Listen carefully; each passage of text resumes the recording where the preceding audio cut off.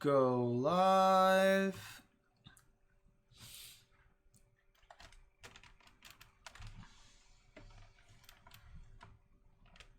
There we go. Hello, one and all, and welcome. Today is session 1, I guess, of our side one-shots expeditions for the guild of Reinbach. Today with us we have Ellie. Say hello. Hi. Adam. Hello. Eric or Dubs. Yo yo. And Mark or Retier, unless he wants a different name on here. That's all right. I'll go with that. Yeah. What's up? So a little bit of introduction. These guys, except for Adam, have been doing our Barovia campaign, our Curse of Strahd campaign. And as a side thing, I wanted to start streaming, so we figured we would keep the setting the same. All of our adventurers work for the Reinbach Guild of Investigation and Adventuring. And we start off, you can see, the characters aren't there, but you can see the top of the ship. The ship is called the Flying Cetamon. The story behind that is Stoltheim Reinbach the Third, who is the person who founded the guild, created the Adventuring Academy, and he based things that he named after people he adventured with, one of which was Cetamon. You can see Smithers, the ascended dragonborn cleric paladin, navigating the ship today. And many little goblin helpers on the top there,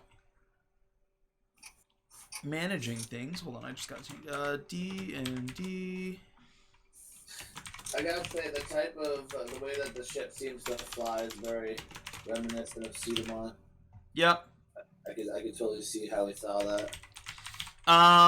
So how the ships work, they saw it last time, but to give a little bit of an explanation, these ships are actually powered mostly by magic.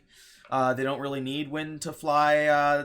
So they were on like a boat when they had seen it. This one's like an actual airship.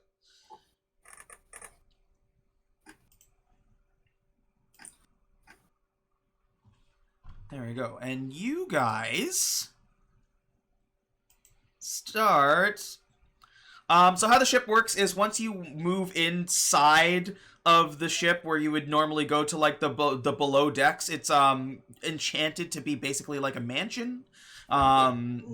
This ship is equipped with a tavern, a sleeping quarters like an inn, a shop, like it has its own like full-on shop area.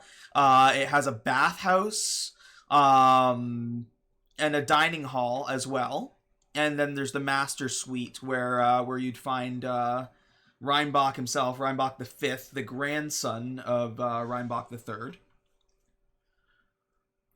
Right now, you guys find yourselves in the Salty Squid. Ooh, wow.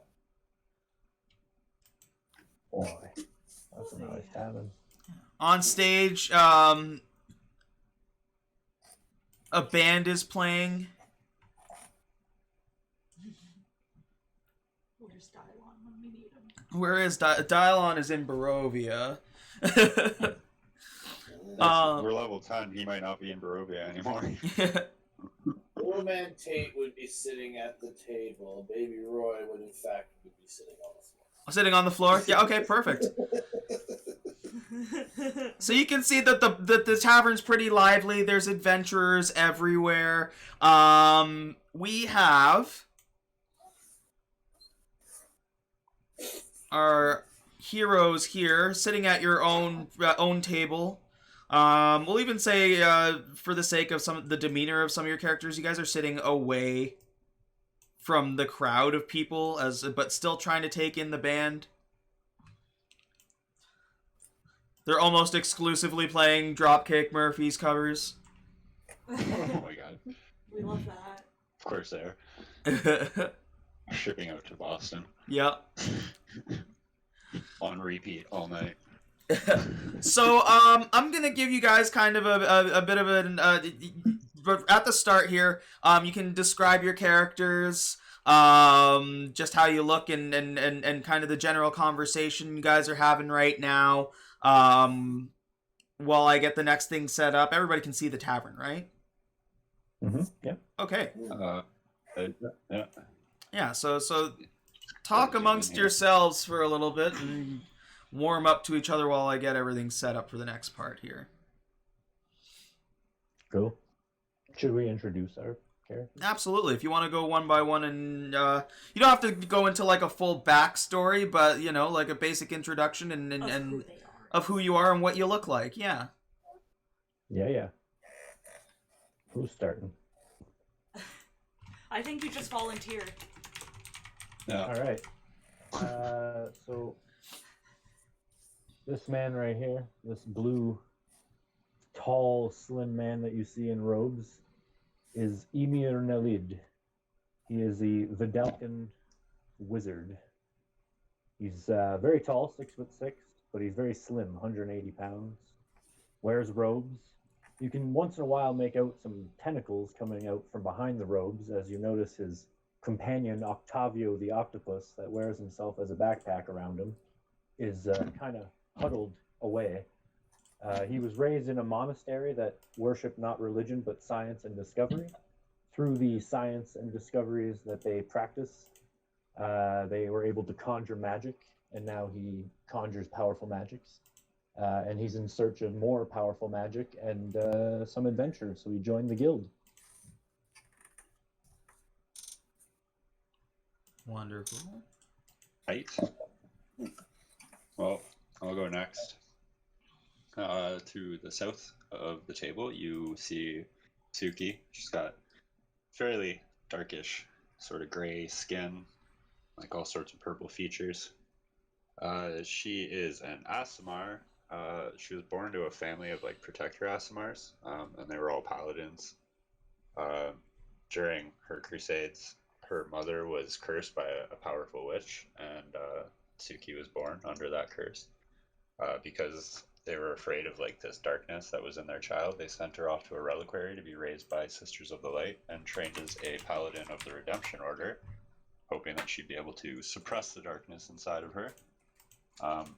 But instead, she was just haunted by visions of a servant of the god of death named Jurgle, and she like endlessly has visions and dreams of dead people, how they died, the accounts of their last moments, and like these like endless lists that Jurgle makes, just noting down all the people who have died in the world and how they died, etc.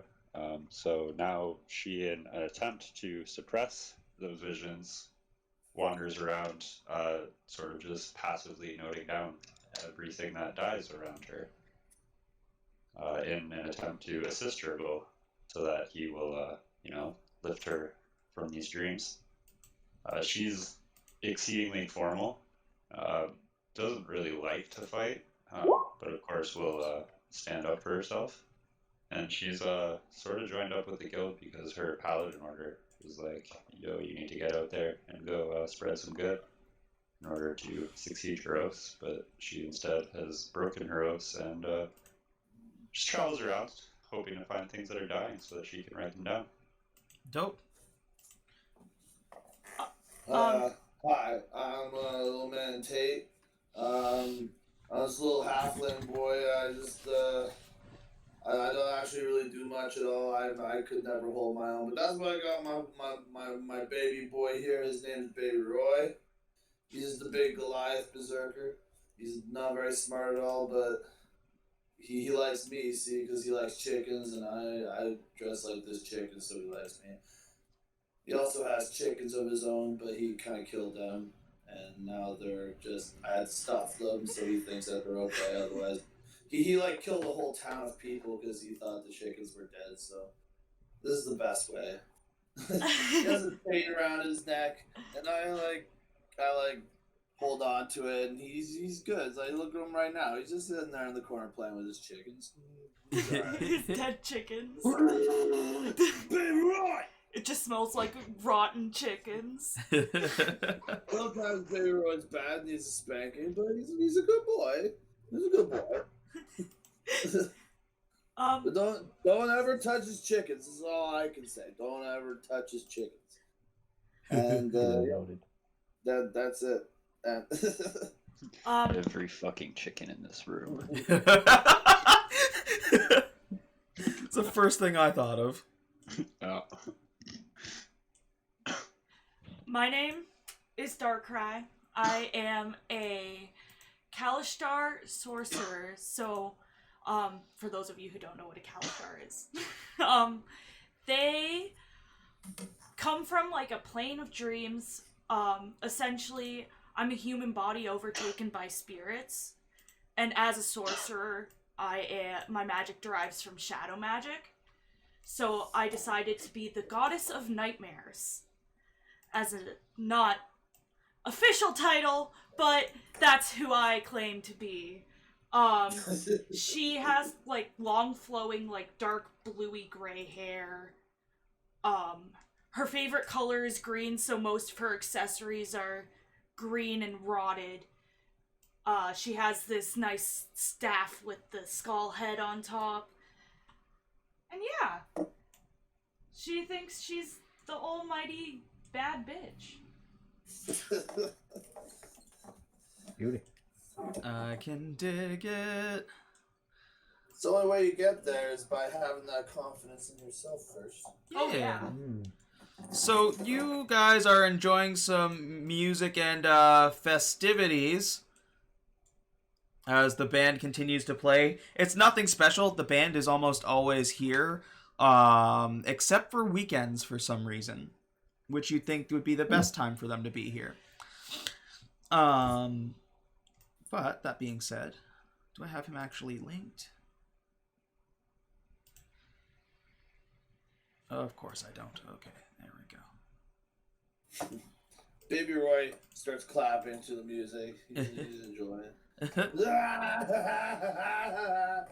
So you'll recognize one of the higher ranking members actually walking over to you. His name is Leo.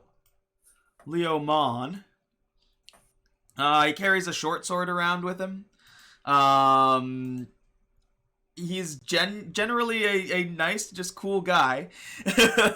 Very calm and collected. You've probably come across him a couple times. He walks up and says, are you the guys who were looking to join up for the next mission? That would be us.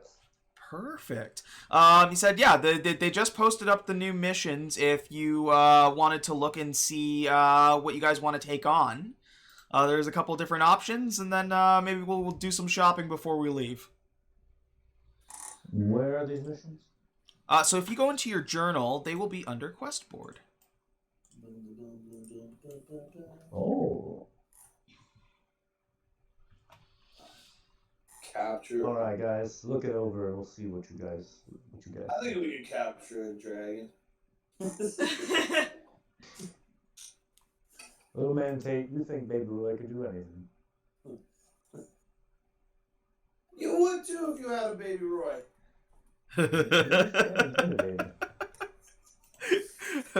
I like to escort the shipment. I'd like to go on a little travel.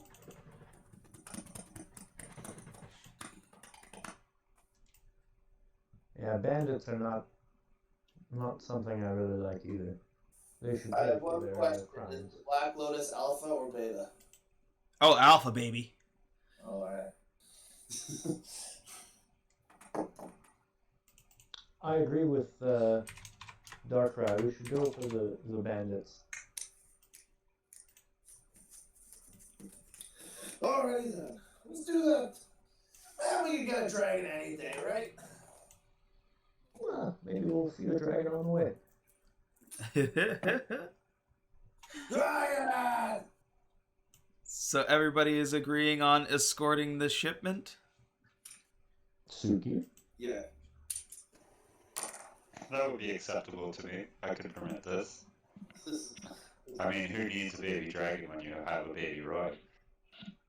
Oh. Shadowhawk says hello. Hype! Hawk, how's it going? Welcome. There we go. Okay. So escorting the shipment. So yeah, Leo looks and he's like, "Oh yeah, that one actually has been one that or that one just came in rather. The other two have been up there for a little bit. Obviously, the Black Lotus only has a limited time to grab it. While it's in bloom. So this is the one that just popped up. It seems like they've been having trouble with what seems like bandits, but for the defense that we usually send out there, there should be no reason why the caravans shouldn't be able to get through. So what we'll do is we can do a quick preparation and we can get dropped off just as the next caravan shipment is ready to be transported. What am I going to do here? I just got to add these fellas for now. Gonna be honest, I thought for sure you guys were gonna take the dragon. I didn't want to go for something too hard just yet. I'm surprised. I'm shocked. I want to get used to what I've acquired in my 10 levels. Before I decide to take on a dragon, I want to know how well I can use my abilities. That's fair. I'll give you that. Okay, so I think there's... I'll make a point that no one's probably actually seen the chickens that Baby Roy's holding. Kind of keeps them close to himself. Doesn't want anyone to see these very protectable. I mean, I'm sure you can put it somewhere so you can show us the full body.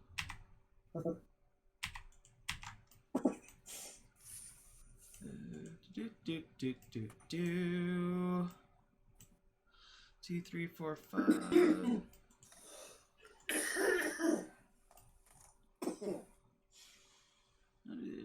One more. There we go. Oh, you know what? I did that wrong. I should have done that last. Okay, so next thing is I need to copy your players.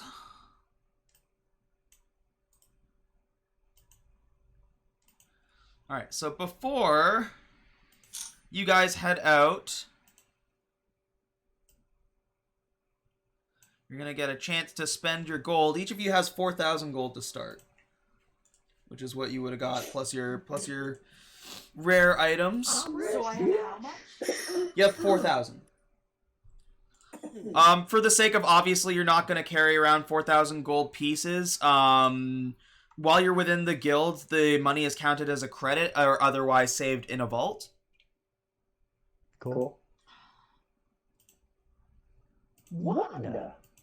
Can I keep like 1,000 gold on me? You can keep whatever you like on you. Just remember that it is going to count the weight. Yeah, it's fine. And in missions like this, you're probably not going to... Hey, you never know when you need to bribe somebody. Yeah.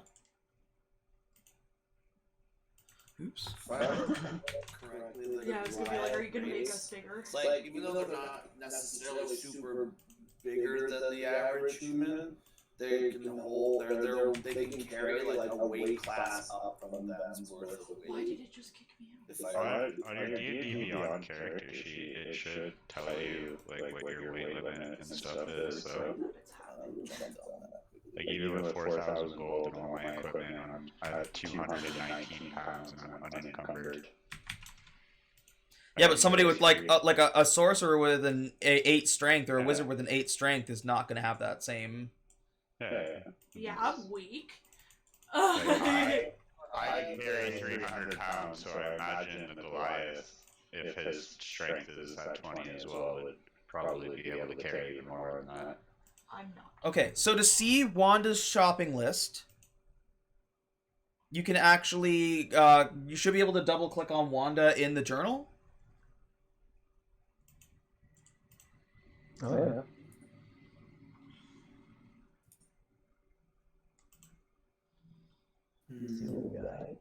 Does this change from the, how does that? Yes, it has. Yeah, Yeah, you count as one size larger when determining your carrying capacity and weight you can push, draw, or lift. Nice. Oh, for being a Goliath? For being Wait, light. Thank you for the sub. How you doing? I'm good, Willow. How are you? So is the scroll just the spell? Yeah, it's Oh. it's the spell. So if I buy the scroll, I also learn it?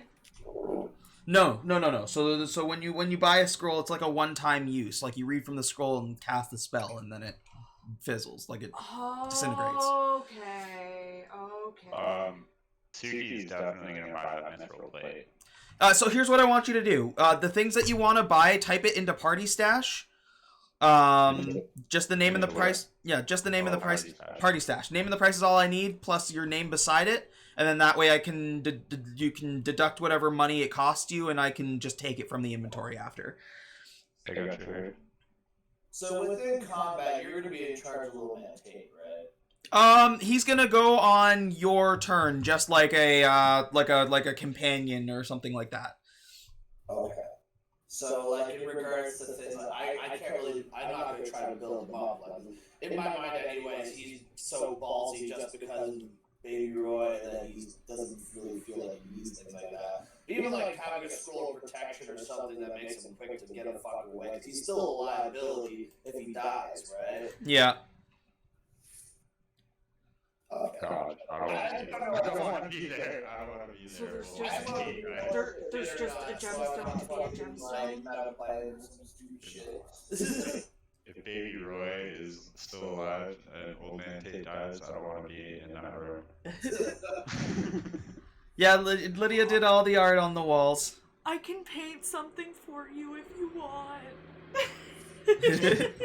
I will gladly. If I need to ship it, I'll ship it.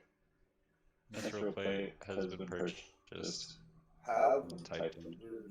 Yeah, and then, and so anything that you're buying, obviously, there's one of each item in there, which is why you see multiple healing potions in there. Party stash? Mm-hmm. So like in your D&D Beyond character sheet, add the item to your D&D Beyond character sheet, remove the money yourself.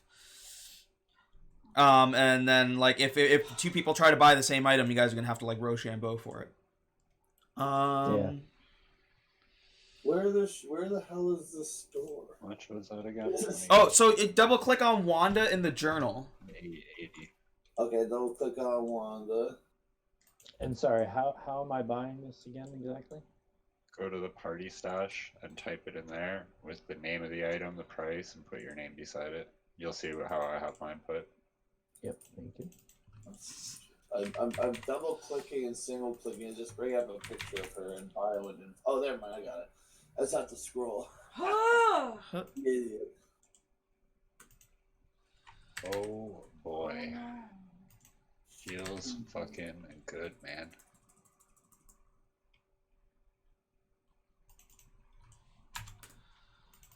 Okay, I'll set health bars in a minute. Did anyone try to buy that potion of supreme healing yet? No.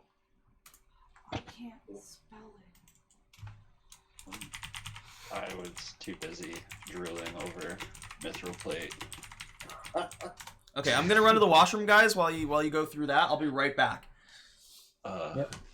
I've never played a paladin before, so this is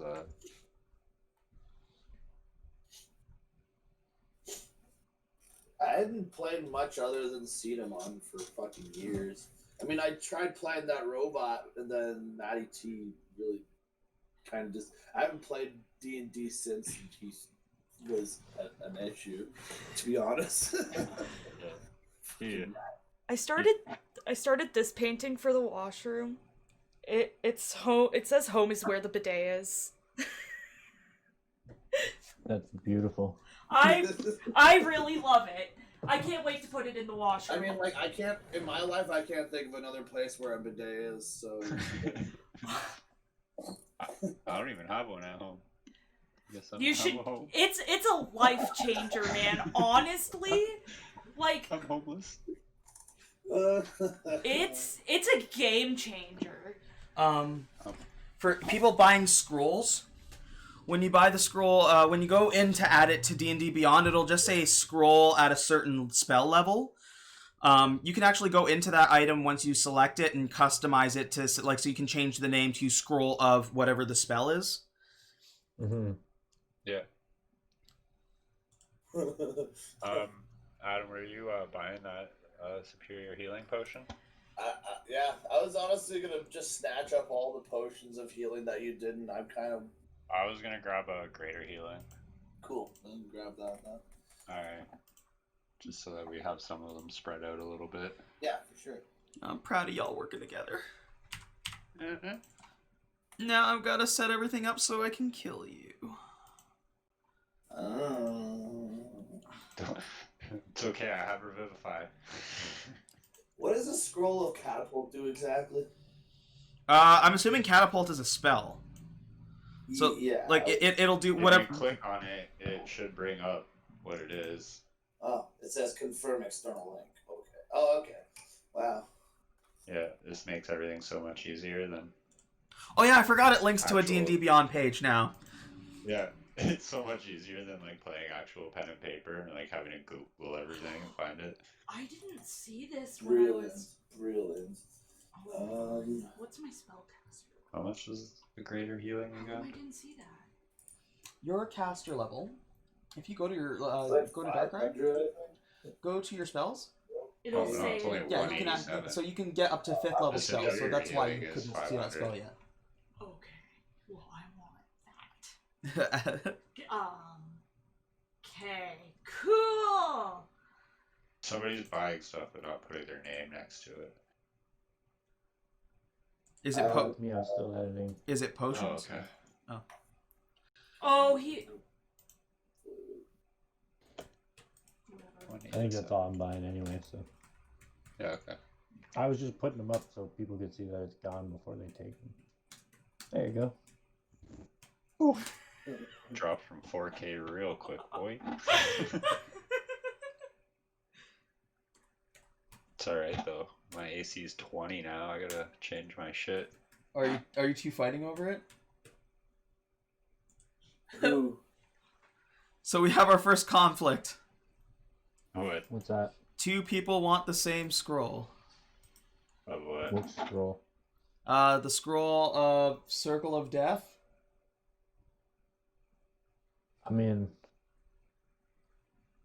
I literally put it up there as soon as it was there, and it's already in my thing and paid for out of my gold. I'm just throwing it up there. Bum, bum, bum, bum, bum. But I'll let you guys argue over that because I said that right before you guys started this. If two people want the same item, you're gonna have to Rochambeau for it or something. I mean, the wizard can Exactly.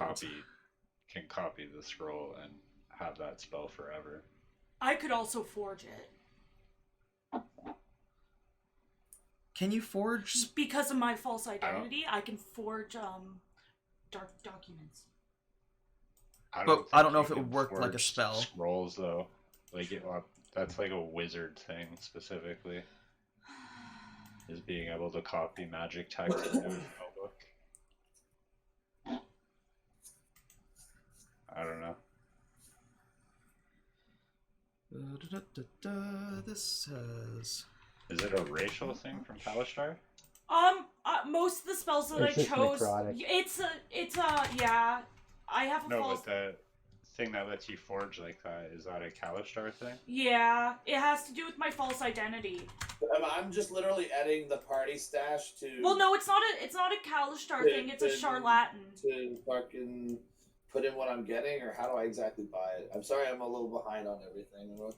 You only need to explain it once, I promise. No, just type what you want and put your name, the name of the item, the price, and your name beside it, so I know who is buying what. Radio. Party stash. What?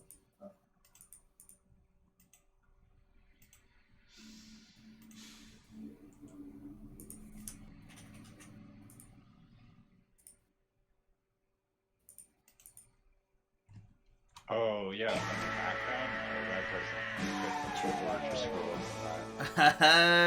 Kip, what's up, buddy? Thank you so much for the 7 months. I'm so sad.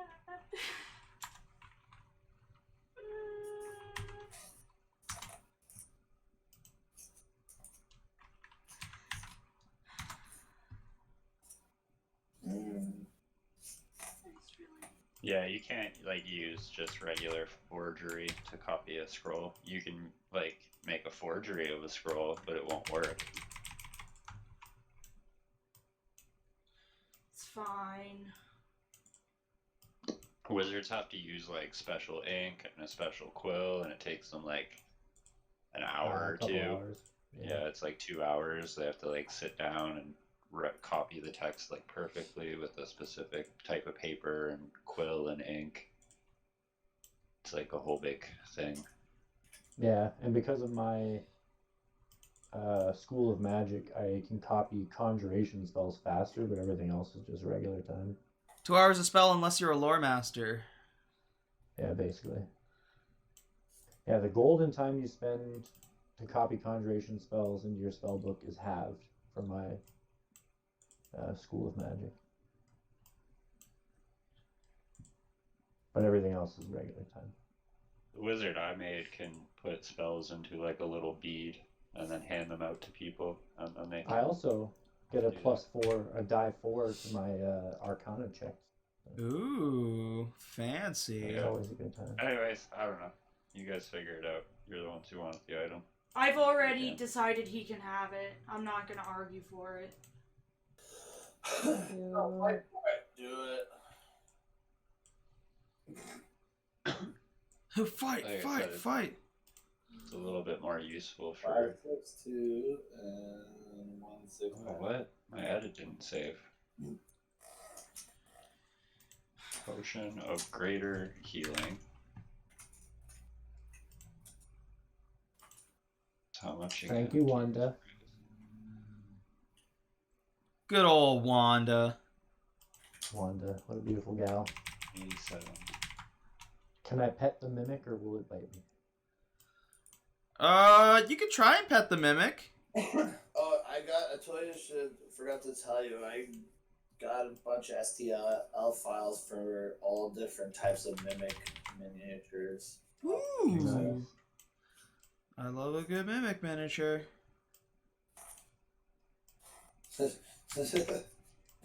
Spent almost enough to justify forcing myself to get a fucking resin printer.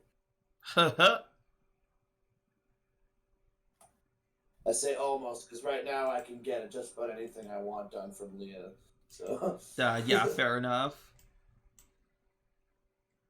Okay, so you guys are done buying. All your inventory items are in your inventory. Mm-hmm. Yeah, I think so. and sorry, I'm almost done. Sorry.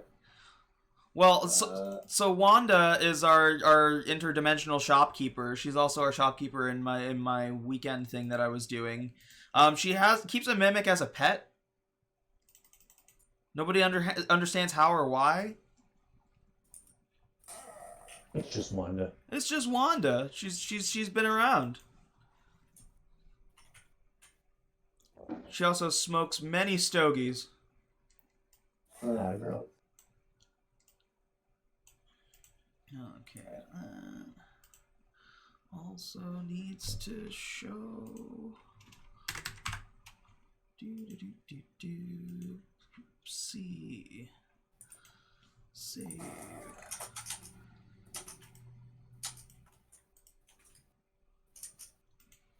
Set dimensions.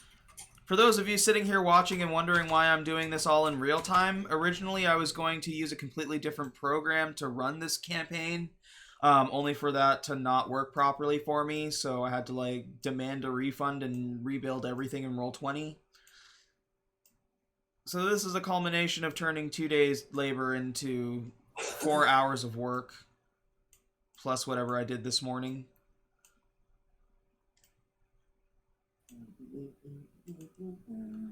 All because I really want to kill these guys.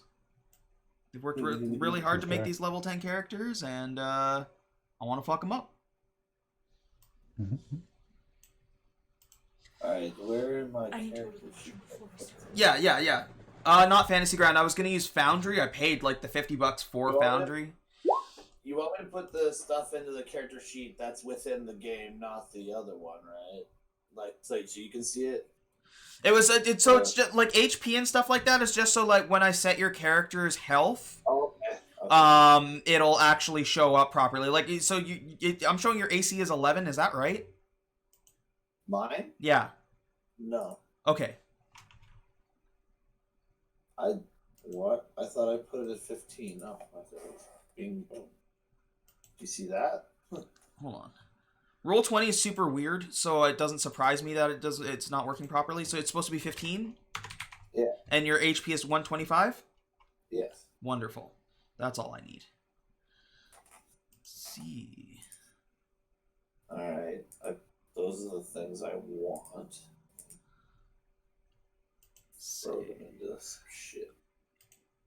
I guess I'm gonna have to come up with an HP for whatchamacallit. For little man Tate. He's gonna be in battle. Foundry is a huge letdown. Honestly, Foundry was great. Everything about Foundry was fantastic until I tried to get players to connect to it. And even when I set my port forwarding, I still couldn't get players to connect to it. And if I can't get players to connect to the game, then it makes it kind of useless for me if I might as well just have them here playing pen and paper. What are you doing, Roll20? Why you do this? Obviously, Roll20 is not a perfect system either, but it's the devil that I know that doesn't cost me money, so... And it's working. And it's working, for the most part.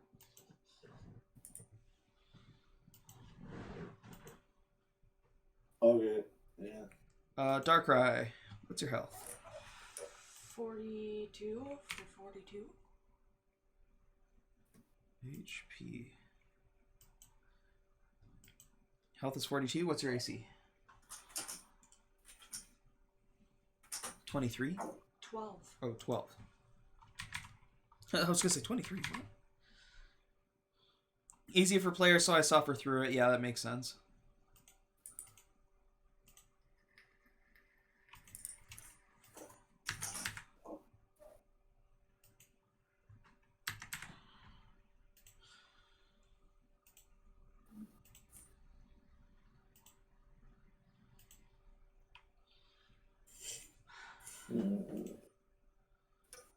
Alright, Suki.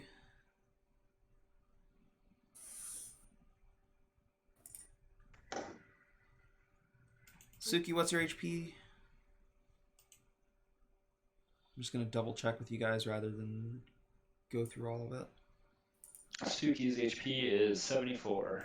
74. Oh, that one worked. Wait. Mine reset at one point, and then I had to go back in and rechange it back again. Yeah. What's your AC? 20? 20. That's fucking crazy.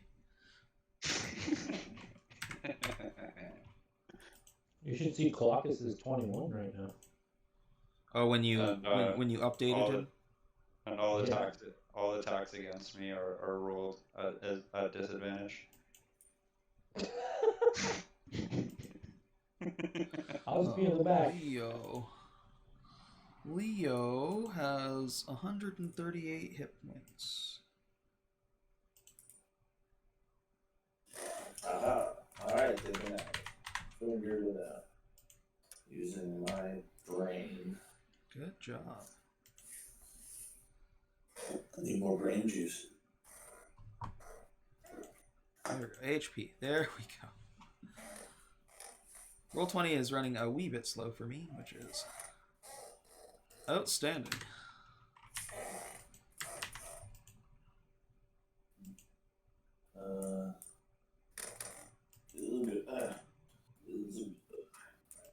Baby Roy. Baby Roy. That's why he's looking at the tentacles in this brood. That's pretty cool. There we go. And where is Immer?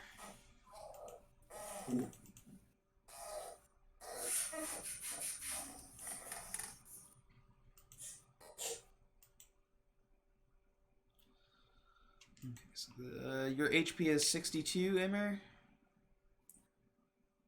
Yep. As I say, did mine update properly? Yeah, but it's in the wrong spot, so I just wanted to make sure. Oh, cool. Yeah. HP 62, 62. Just doing this now, so when I copy your characters over, it'll just all copy over. Yep. And then everybody will be able to control their shit, and we don't have to set all of this again.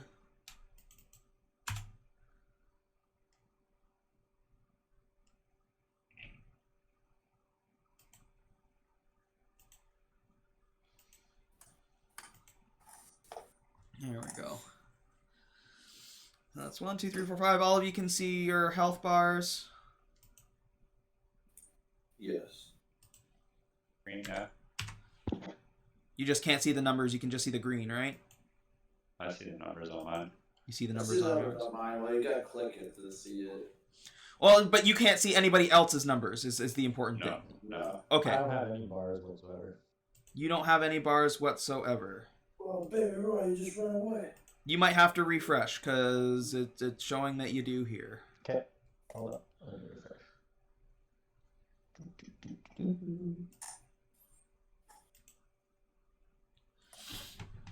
Okay, and then I need to roll.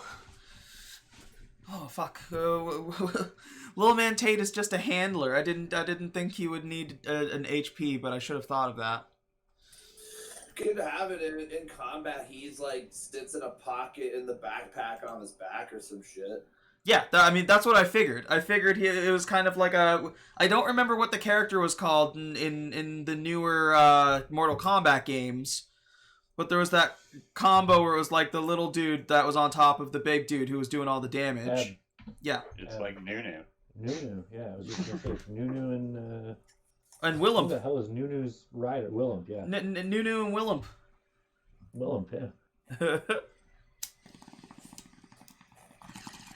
Okay. Everything needs an HP. You can never discount murder hobos. That is true. I mean, look at this ragtag group of crazies. Turns out you have cancer. Okay, so now I can copy all these guys. And you are... So you guys get dropped off at the caravans and you start moving through. Ferrator, that's the character I was thinking of, yes. Everything seems pretty gravy at first. Are we on scene? You're not on the scene yet. Because I still have to copy you into the scene. Right now, you guys are just... Gravy! kind of, Oh, so you're escorting the caravans. The carriage drivers, are sitting and manipulating the horses there. Once I get your characters in here, I'll get you guys to position where you're going, and then we'll go from there. Again, I'm really sorry that this isn't already set up. No, all good. And then I need to go here.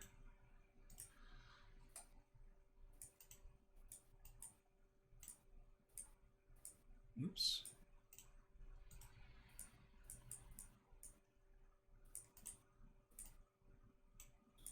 Holy fuck, how many of these guys did I make?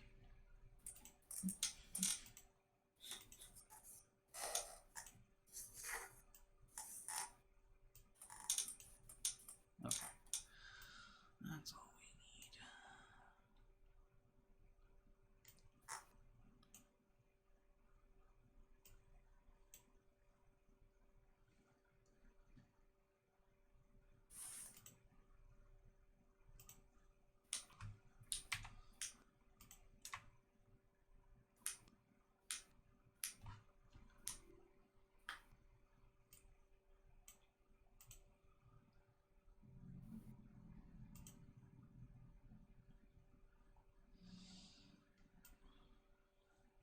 Okay, so there's 1, 2, 3,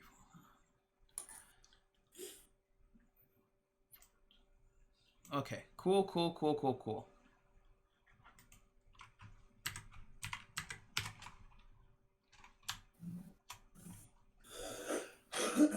So it's roll. Can I make like a custom roll? 1 plus 4. Okay. Alright, so that should be here. Now I can move you guys over. There we go. So just as you're getting to a rocky path, or a rocky part of the path, there's a lot of stones in the way. You come to a part where you're going to have to maneuver the horses a little bit to get them through. I need you guys to set where you're positioned, we'll say behind the rock. I'm like right beside the horses. Yeah, or we'll say that this point in front of the caravan here, like you can't go in front of these horses. So set yourself up beside or behind them. Oregon Trail! Shut up, baby boy.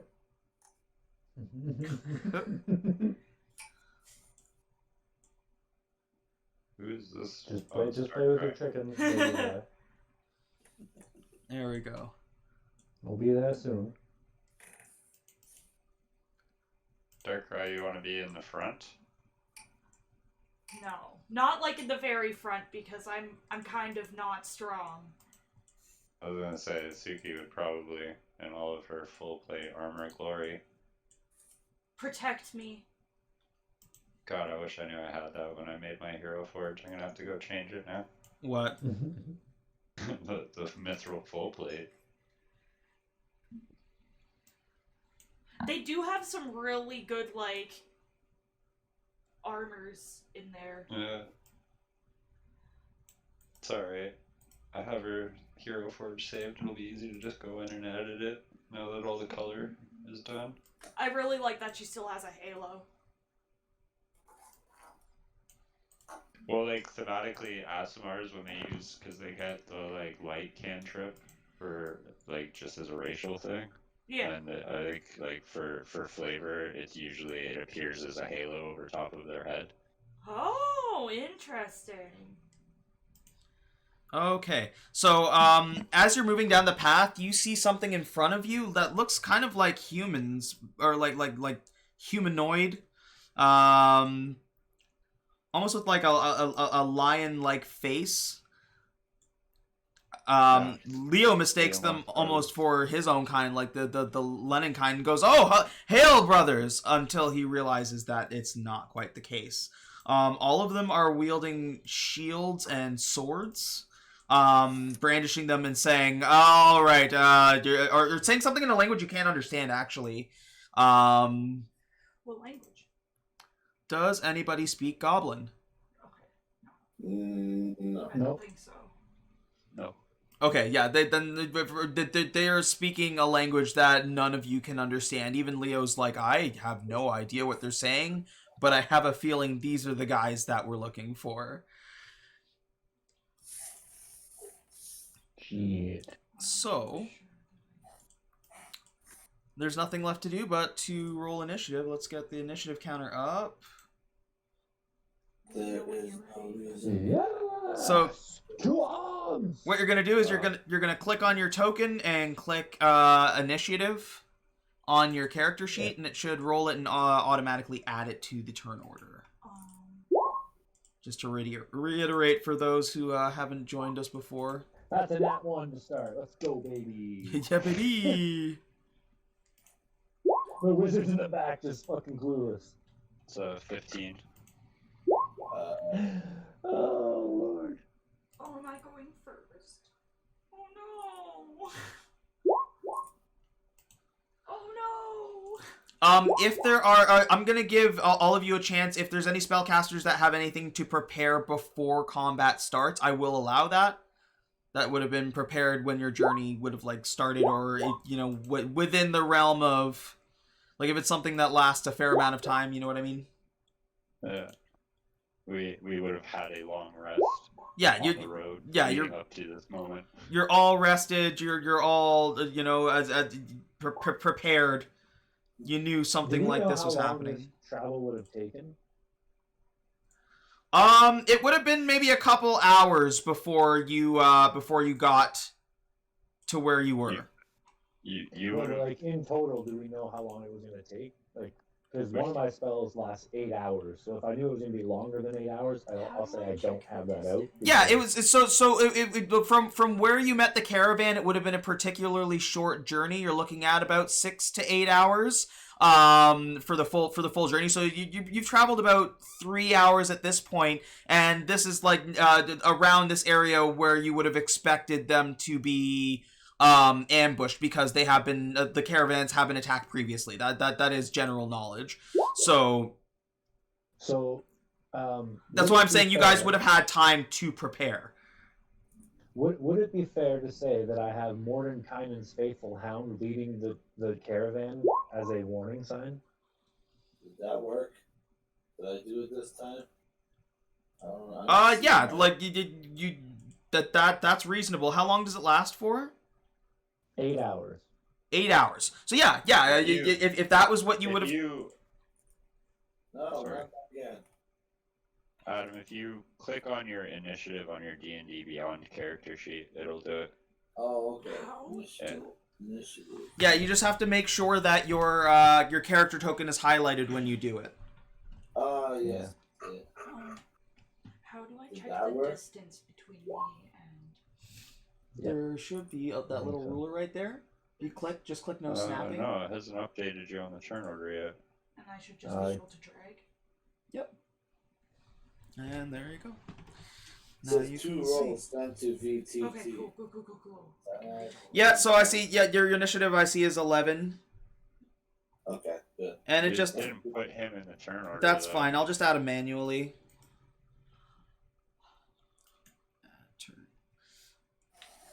But I rolled high. My initiative's like my worst roll. Whoa! There we I go. wish I could say the same. Yeah, he rolled a 1. Actually, that arrow thing to see the distance. Use the. It's like the little snap the center ruler. tool, but hit no snapping. You're all, oh, my shoes untied, but I do that. Or perhaps you saw yourself in your reflection of your new mithril Oh wait, armor. it shows on the screen when we click and drag? Yeah. Oh, I love that. Yeah. Okay. So everybody is prepared. Their weapons are brandished. They're ready to go.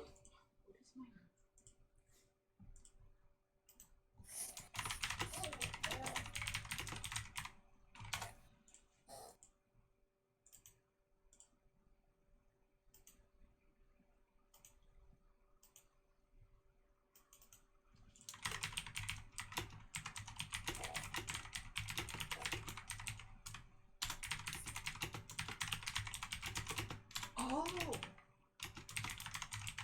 I'm already measuring things for my spell. Okay. How does one measure shit up? I see you doing those arrows and shit. Yeah, so in the little like sidebar on the left that has like your click arrow and everything like that, Yeah, the one below the magnifying glass. Whoa. just click no snapping. And then hit no snapping, and then you can click and drag, and it'll show you distance. This guy actually, he's gonna be back. They're gonna be back a little bit. You can see them in the distance, but still, That's far. yeah. This map is real big. Yes, sir. It's deceiving without the without having a grid on it. I can put a grid on there if you like. For combat, I kind of would just. But I mean, if nobody else likes it, I like now it that better I 'cause know it's how more to natural and you can just measure it. Yeah, now that I know how to measure, I don't mind being able to measure.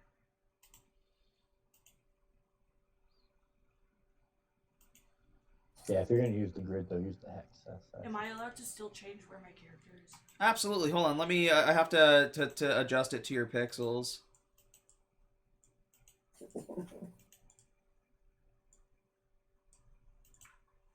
Sorry, I'm still going beside Suki. Just because I'm the highest initiative. Oh, that's too big. That's too big.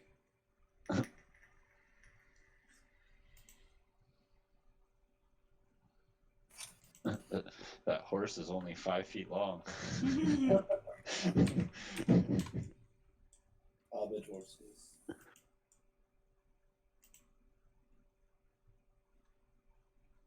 If I can fit your characters inside, that's all I need. Okay. Yes. Yeah, that's pretty good. So we can move that back a little bit.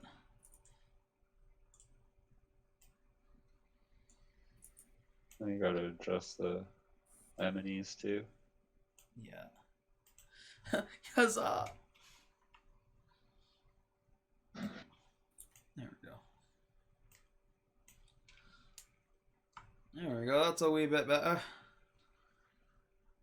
Well, Baby Roy's on the turn order now, so Yes. And so little man Tate, I'm actually going to just if he's like hanging out like in a backpack or something on your back or something like that, we're just going to drop him to another layer for now.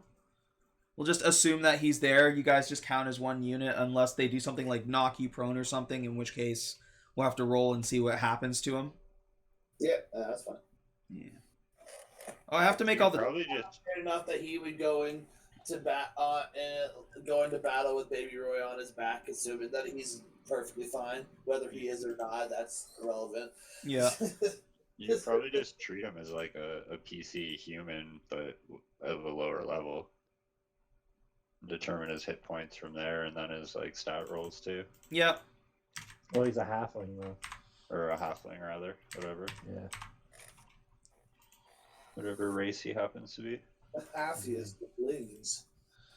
Oh, I wish we had done this before. I said all these guys. There's so many of them. Just do it Oh, as you go. can't set You them all can as a leave it. group. No. When I try to make them smaller, it doesn't do it as a grouping. It'll only do them one at a time.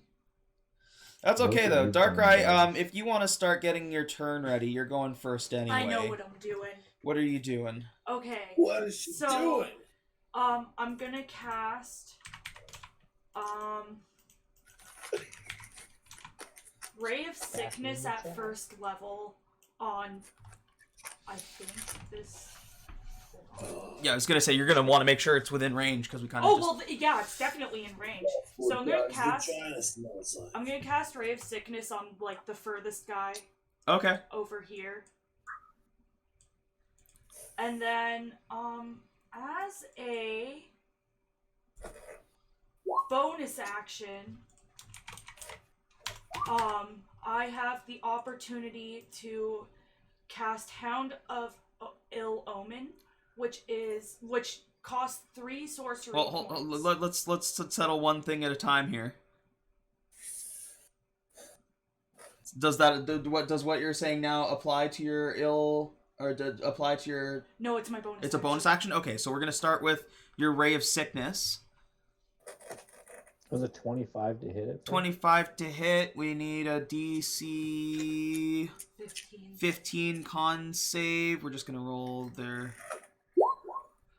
That's no.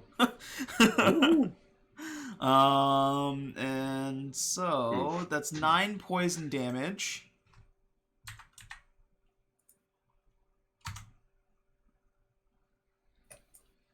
And what happens if they fail to save?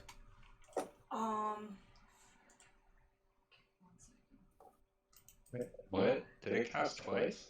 I accidentally Yeah, pressed it twice. twice. A Ray of So it Sickening. would be 8 poison on the first one. Oh, yeah.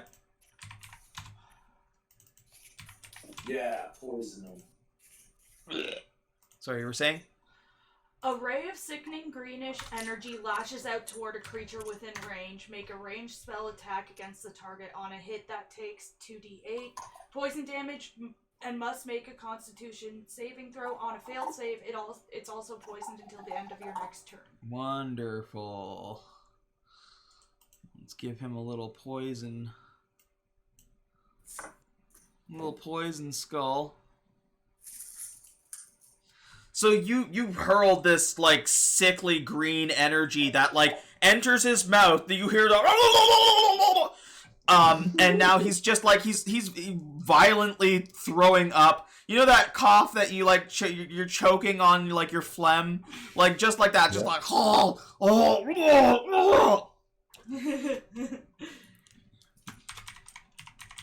worry, Oh yeah. Adam's whole life. I haven't finished. Yeah, what is your bonus action? Okay, so for my bonus action, I am taking away 3 sorcery points to unleash a Hound of Ill Omen against the same guy. Okay. And modified dire wolf to target one creature you can see within 120 feet of you. And does it stick around, or is it just like as like it's like this hound magically runs up, bites the guy, and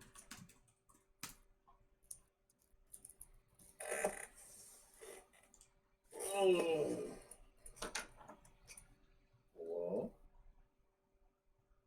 Yes. Oh, everyone's been quiet for a second. yeah, I she's was just waiting for. we're trying to figure out what her bonus action does.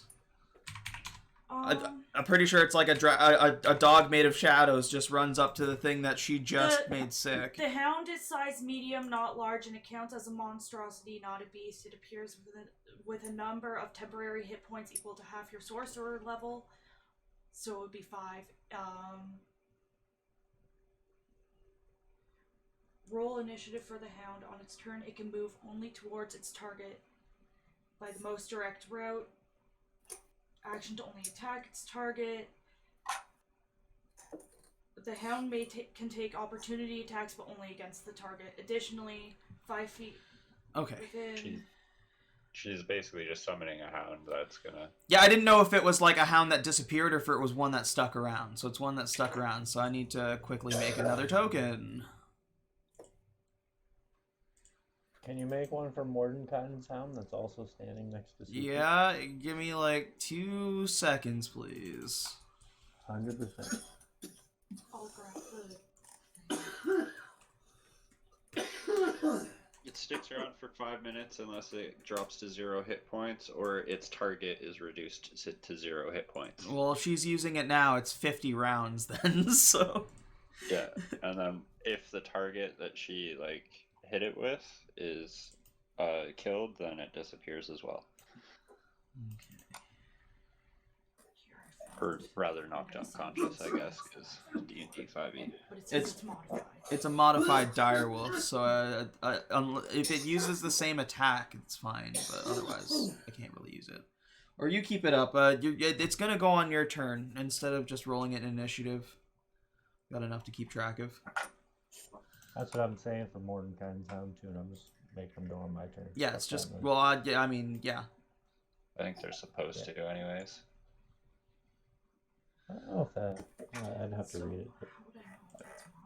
I know, like, Beastmaster and stuff now in 5th edition, that the creatures don't get their own initiative. They just act on your initiative. Mm-hmm. Okay, do me a favor. I need to make a token for her now. Grab me a wolf token or something like that, and I'll do yours on your turn. Yeah.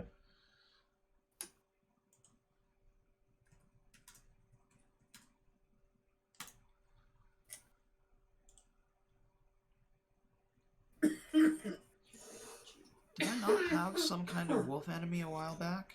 Oh, Sophaxis. Here we go. We got one right here. It's already made. This is your Shadow Wolf.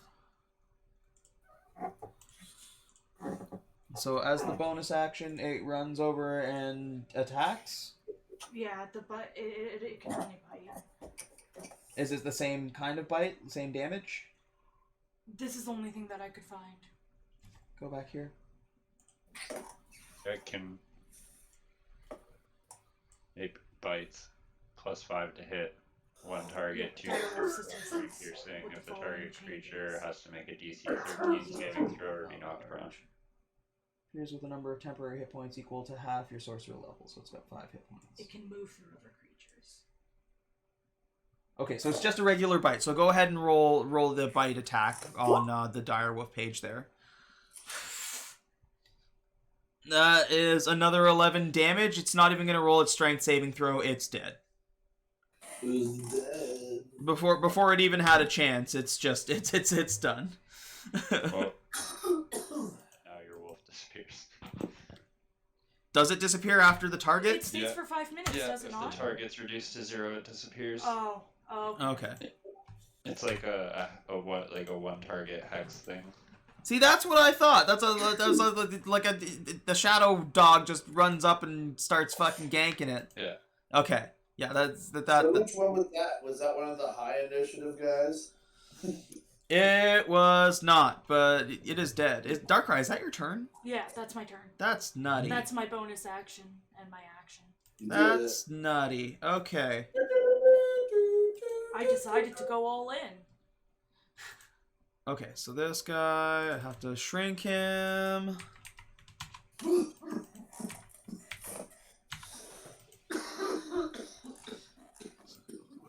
Was in this square. Yep. Oh, I can hear you twice now. Yeah. Oh shit. I smoked enough. Oh. Kitty. Hob. We'll call him Hob 2 because it's his turn.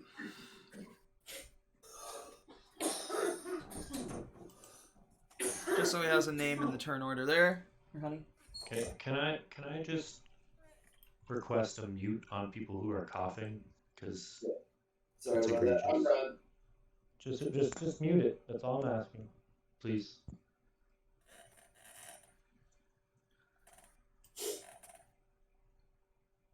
Yeah, I should have thought to mute it on our end too, but that's some same house shit, man. Yeah. Well, that's what I was gonna say. Just because I can hear it twice, so it's like really. Yeah. It's So, really not fun. okay, so Hob 2, this fella right here, is going to move. He's just gonna move forward. Hobgoblins. They're hobgoblins.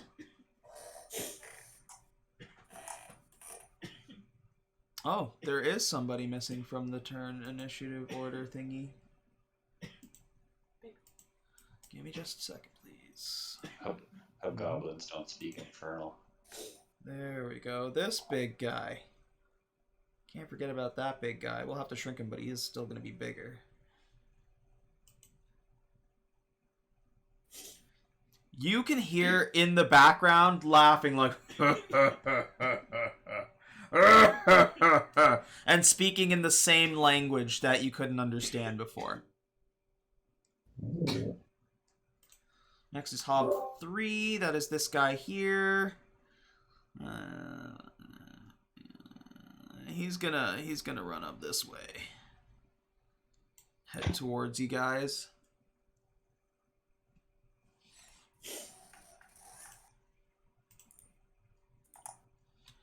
And he's actually gonna pull out a longbow Bye-bye. and take a shot at yeah, take a shot at you for sure. After that display of just pure Evil. pure prowess, Darkrai. So what am I rolling? You are rolling nothing. He's got to beat your AC, and he misses. So he pulls out a longbow, goes to fire a shot, whizzes right by your head. That is unfortunate for him. He's about to feel my wrath. He shouldn't have got so far up to the front. All right, here's another one. We got to shrink.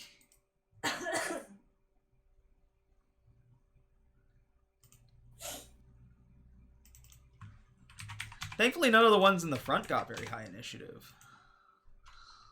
True. Just gonna run up there.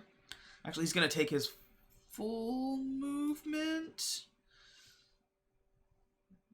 Or he's gonna take his action as movement to get closer as well, because he wants to be close to his brother here, so he's not by himself. It's gonna be Hob 4.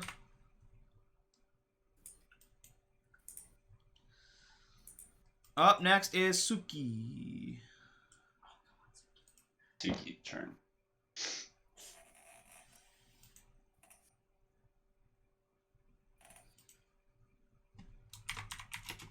You go, girl! But, like, in your head. I'm, like, sending gentle appraisals in everybody's heads. I'm like, you got this. I believe in you. Okay, so Suki's gonna move I to 5, 10, 15, 20, 25, 30. Right? Yeah, I can move 30. Okay. And then she's gonna clang her sword and shield together quite loudly and say, I do not wish to fight you, but if you approach any further, I will kill you all.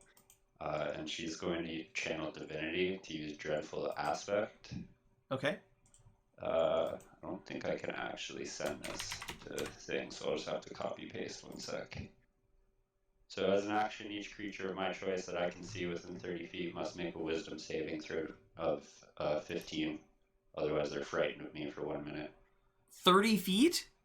30 feet. So all three of these people surrounding me right now. 1, 2, and 3. That you can see. Okay.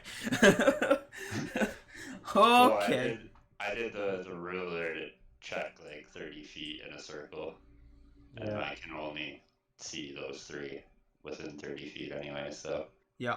Yeah, those three are all have to make the DC 15 whiz, or they are frightened and must run from me.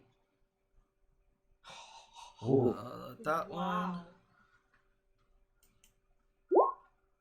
That one's a fail. Bye-bye.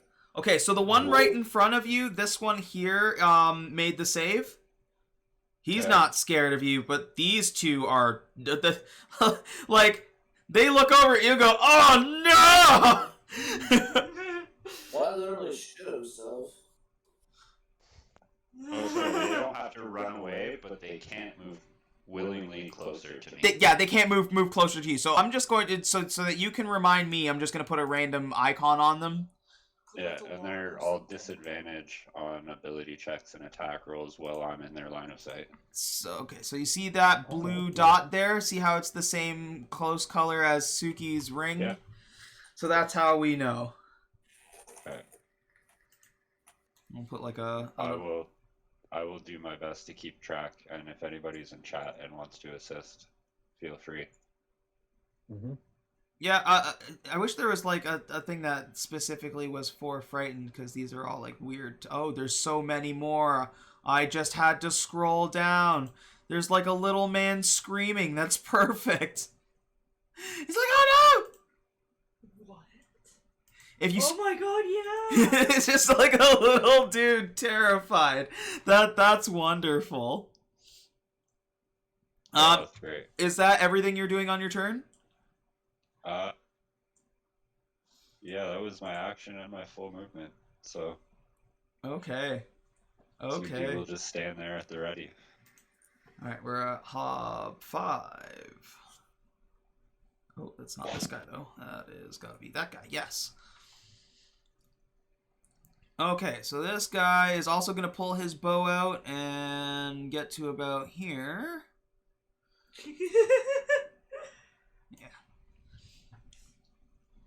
Yes, that should be fine. He is also going to go for a shot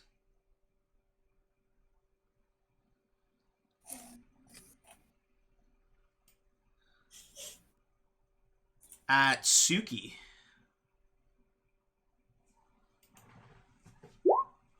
At disadvantage.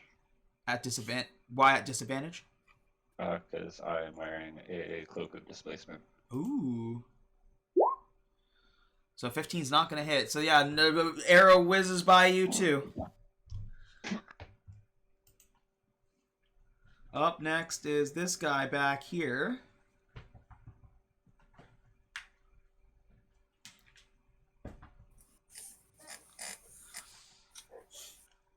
This guy is going to disappear out of your view.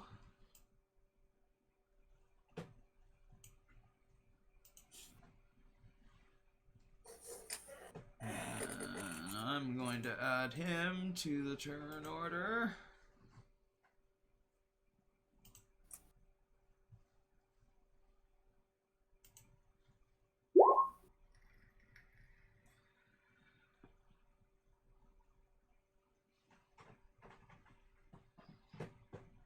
Okay.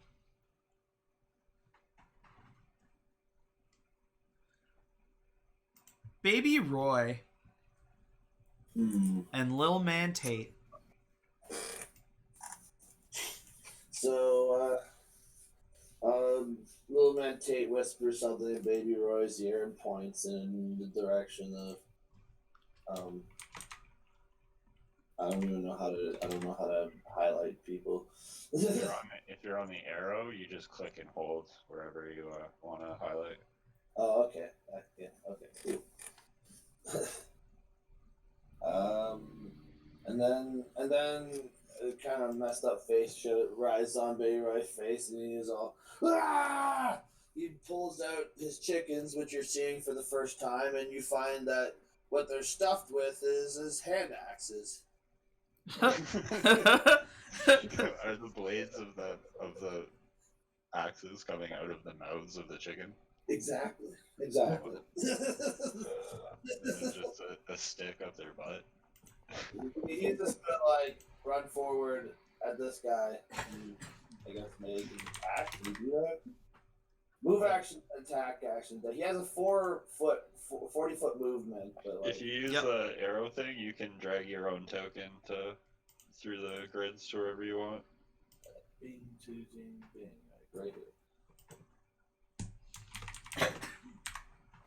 And then you can go to your D&D Beyond character sheet, and if you go to your actions, you can just click on your 2-hit, and it should roll it into the Roll20 thing with all your stuff added to it and whatnot. Just 16 to hit. 16 will not hit. Ooh. So you run up and take that axe slice, and it just goes right across the armor. It says I get 2 attacks per action, so I just throw another one then? Yep. Or is that Yep. Yeah. Yeah, because at like 9th level, you get 2 attacks per action on almost all the martial classes. Oh, 27! Is that a Is crit? that a crit? No, it's 18. It's 18, yeah. Plus 9, though, yeah. Okay. So that's a hit. Roll damage.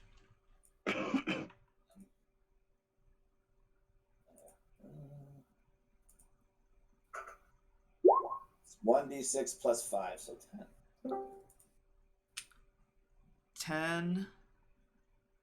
That is beautiful. That is absolutely beautiful. So yeah, that is 10 on him. So he comes down with the first axe, it glances off of his armor, comes down with the second axe and like cleaves into his neck. Damn. Baby Roy, is that all you're doing? I believe so. That's I never noticed before that if you mouse over people in the initiative order, it highlights them on the field. I guess he could enter a rage, couldn't he? As a bonus action. no, this is his Mordekainen's spell. Yeah, no. I'm just wondering if like he also. I would took wait and just do it at the spells end of your because next it's in the turn, dark. or at the beginning of your next turn. Beginning of my next turn? Okay, yeah. As long as it's not like waiting for the next thing, because I would look at this frenzy attack thing, but I guess that's different. The frenzy happens because of my hand axe specifically. If I get hit, then I have a potential of going into a frenzy. Yeah. Okay. Yeah. Okay, I got it. Yeah, I'll wait. That's it. Hob That could 7. potentially just be a free rage. Yeah, for sure. So Suki, this is the one that you tried to scare. It's gonna come right at you. Tight. Unafraid. Bring it on, ho. Yeah, it's gonna swing its long sword.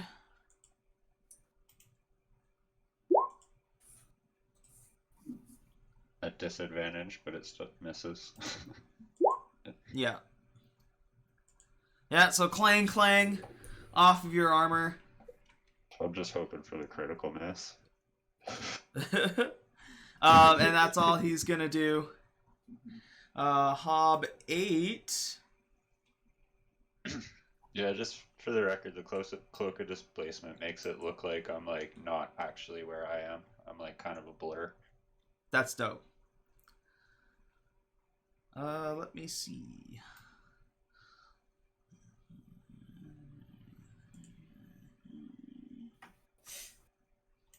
Did I not put Leo in the initiative? Why didn't I do that? He's just standing back and Could watching. have been so high. He's just standing back watching for the whole turn. He was I mean- taking a piss behind the right. Hey, what did I miss? He spent like his first turn thinking that they were like his kind. Like, oh, hey, bros. What's up, bros? He had to jack in from the digital universe. Okay,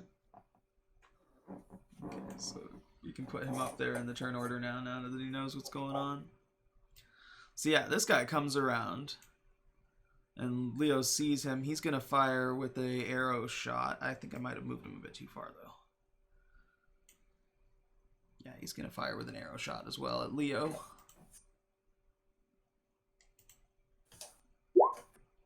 And miss. Hob 9.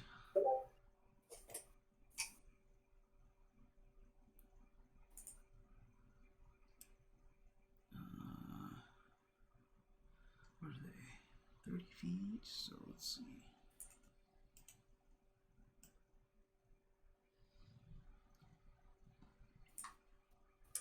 Yeah, that's the square.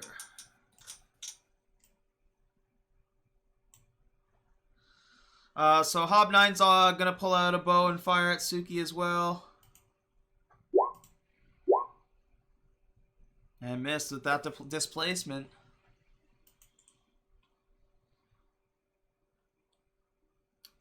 Placement with a 20 AC. Dear God, what did you let me do? It's level 10, baby.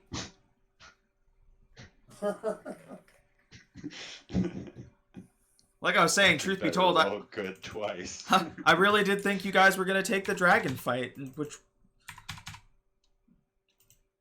hopefully that sees it today. I was unsure of what you were gonna throw at us.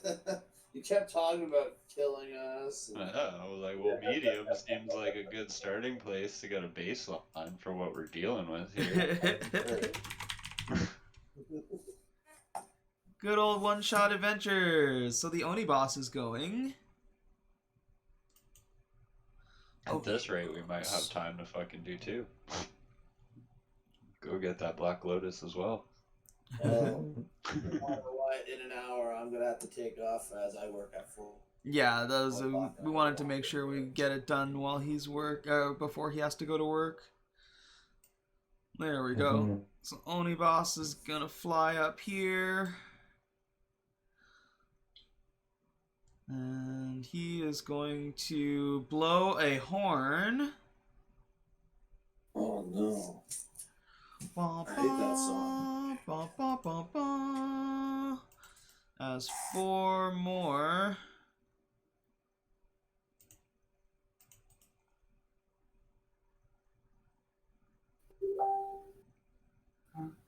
Layer token appear on the rocks up top from their hiding positions. As what? There are four more hobgoblins that pop out. were hiding up on the mountainous rock area there. Oh, sick. There we go. Oh no! Now objects and tokens. Thank you. We'll go back over to Hob. 4 more initiative rolls.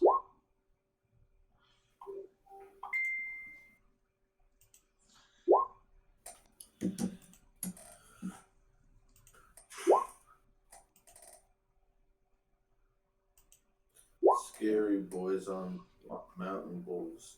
There we go. So Imernelid. Yes. So, I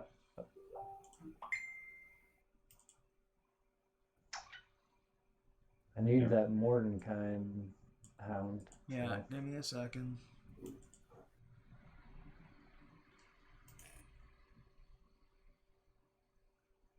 Well, regardless, he's going to attack the same one that Baby Roy's attacking.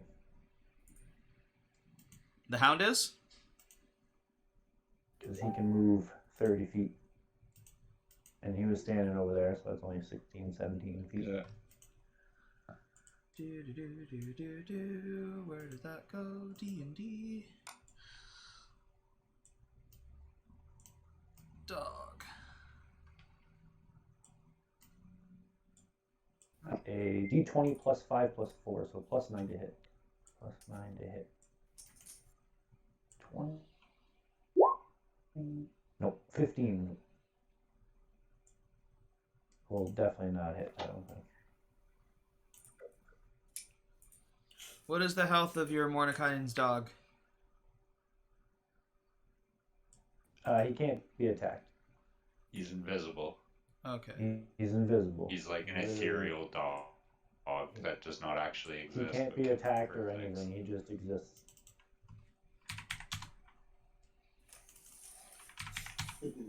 And he chills for like 8 hours. Mm-hmm. Settings. Controlled by. Retier. Save settings. There we go. And does it have any particular stats, or you just rolled in there for the attack for it? He just rolled the damage and it's a +9 because it's all based off his spell casting bonus. Yeah, it's plus 9 to hit off a die 20. Okay, so what was a 4 die 8 if you hit? So it was 6 plus 9.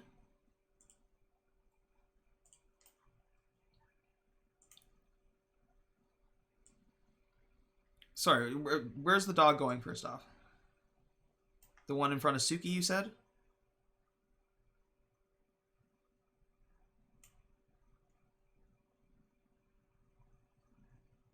Hello?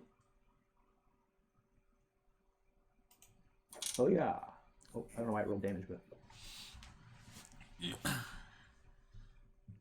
What's that? Sorry, where'd the dog go? He went here.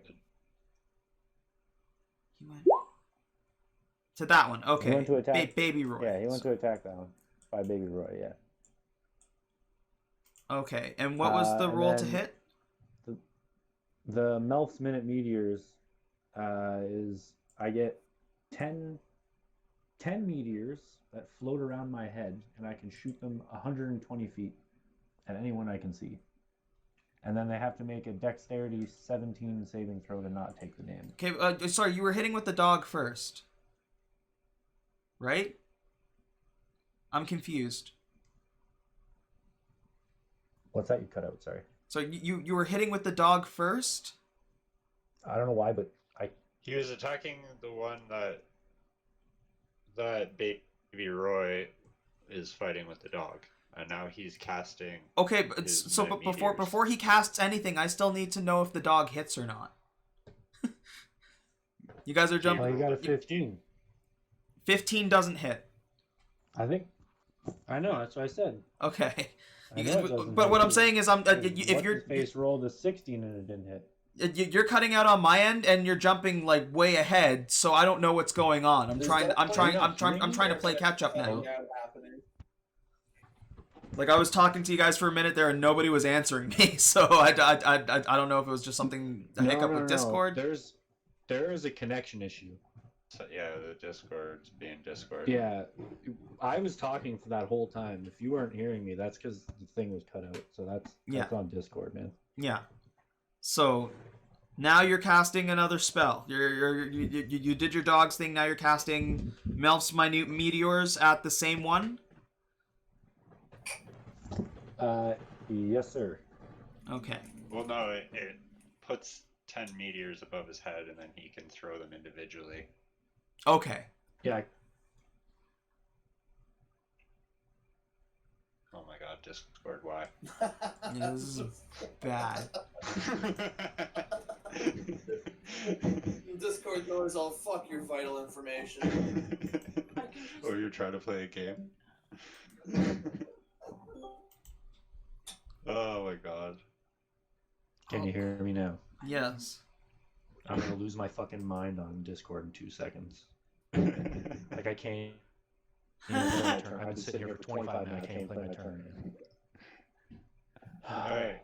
Many-eaters. He's got 10 of them above his head. He can throw them individually. I'm throwing 2 at this guy. I can throw 2 per round. 2 at this guy. He needs to make 2 DC 17 dexterity saves. Okay. Okay, give me a second here because I'm trying to close things now to help with the connection.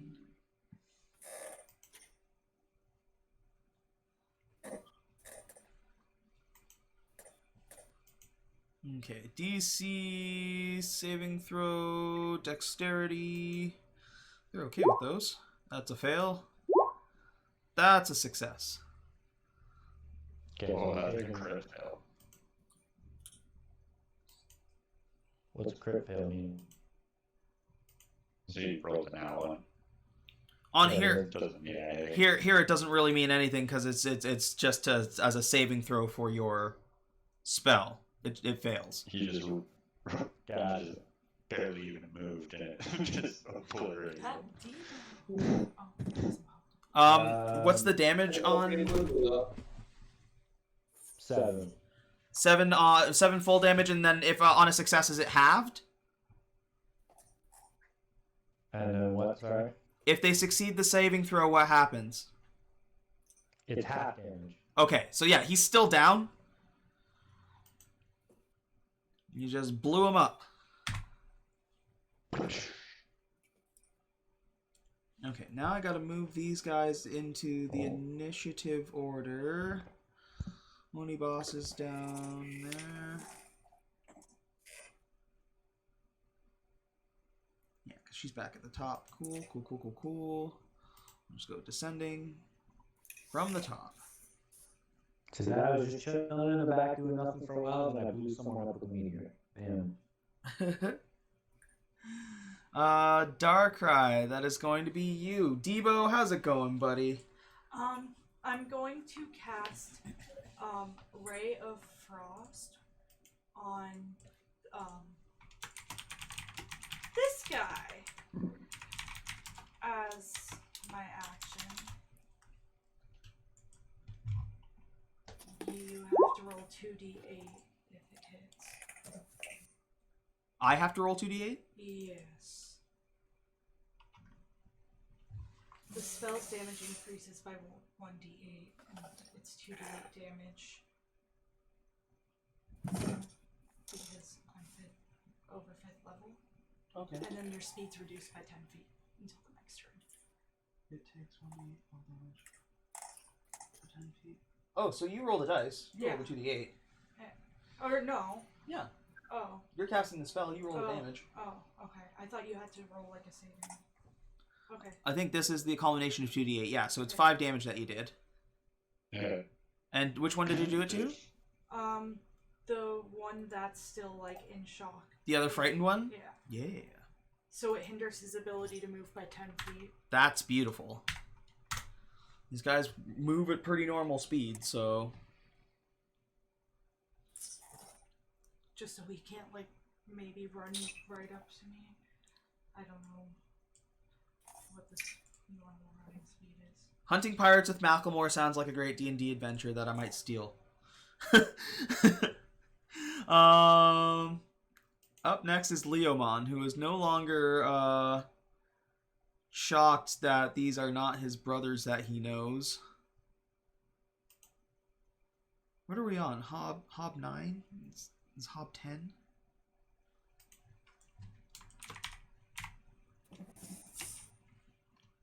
Call him Hob X. Hob XX. Hob triple X. Got a bald head.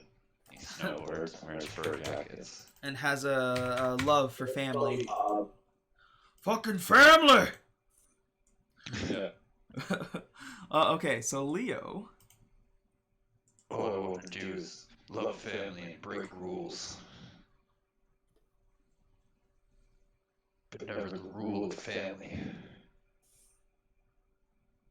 Yeah, Leo is just gonna run up with his short sword to try and kind of gauge what he's dealing with here. There we go. Yeah, that checks out. And he's gonna. Leo's not supposed to be our chaperone. We already obliterated 2 things, and he's just been over there fucking taking a piss.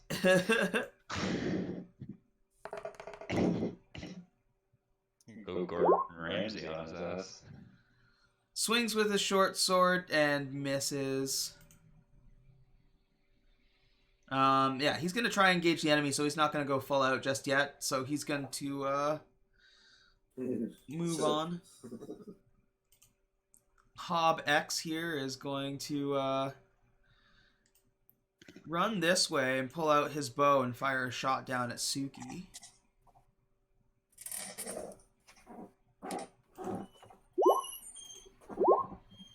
Also missing. None of them really realizing what's going on. It's like I see him. I'm usually not this bad a shot. Arrows just like whiff through me. Hob 2. Yeah, Hob 2. He's gonna fire an arrow shot at Baby Roy. Ooh, I think you're strong, but you've only got a 15 AC. That's gonna hit. So, Baby Roy, you take 9 damage, unless you have like a thick skin or something like that. Let's see here.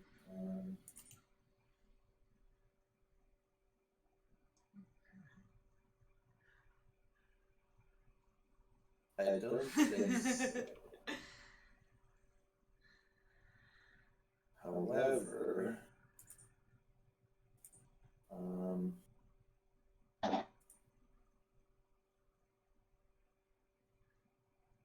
yes, whenever a hostile creature damages you while the axe is in your possession, you must succeed on a DC 15 Wisdom saving throw or go berserk.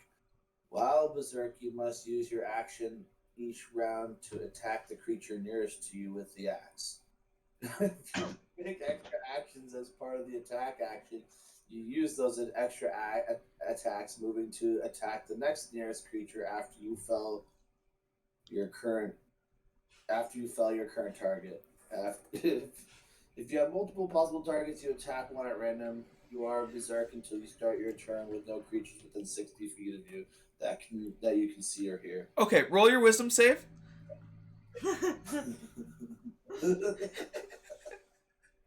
Because this is really interesting right now.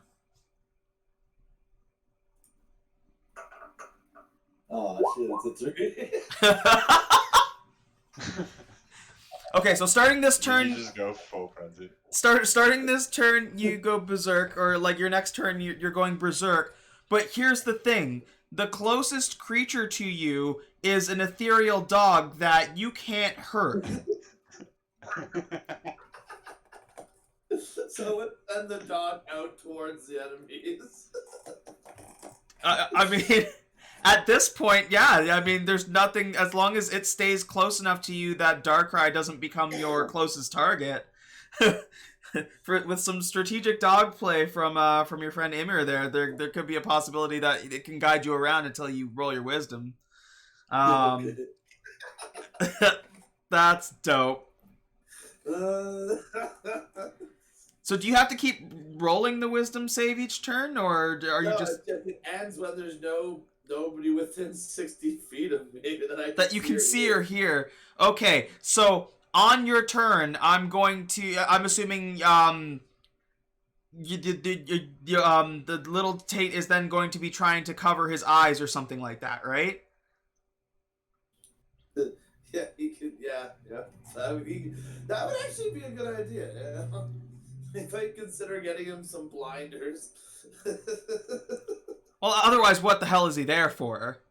He's supposed to be a... You have to make Forcing potions down his gullet. You're gonna have to make old man Tate fucking start rolling deck saves to try to put blinders. That's what I was thinking about. Just as like a generic human deck save, we'll say he gets like we'll give him a +1 on his deck saving throws, and yeah, well, if on every turn he can try to blind you so that you don't see allies, but if he fails, it's pretty much a free for all. Anywho, so Hob 2 hit you. Hob 4 can't run near Suki. So he's actually just gonna like run He's up pretty here for much now. stuck here or going back. Yeah. He's like running along the wall like, oh no, God no! Once he escapes 30 feet of me, though, he can roll another save to try to not be frightened anymore. Okay, cool. What is it? Was wisdom, right? It was a DC 15 whiz. Yeah, let's see. No, not one. This guy is shitting his pantaloons. Like, what's his full? Sorry, he was like up here. Let's see what his full movement is. He was he was on this square right here. Oh yeah. Hold on. Let's see what his full movement from there would have been. Like with a dash. Yeah. He's nope. He's gone. Yeah, he would have made it. He would have made it to just past this guy, and then hit 30 feet, and then try to be like not afraid, but then would have been even more afraid and just fucking booted it. Yeah, he's gone. He's like, he runs so fast that he like trips over his feet and falls and slides and like face plants into the wall. He can keep making saves on every one of his turns. Suki.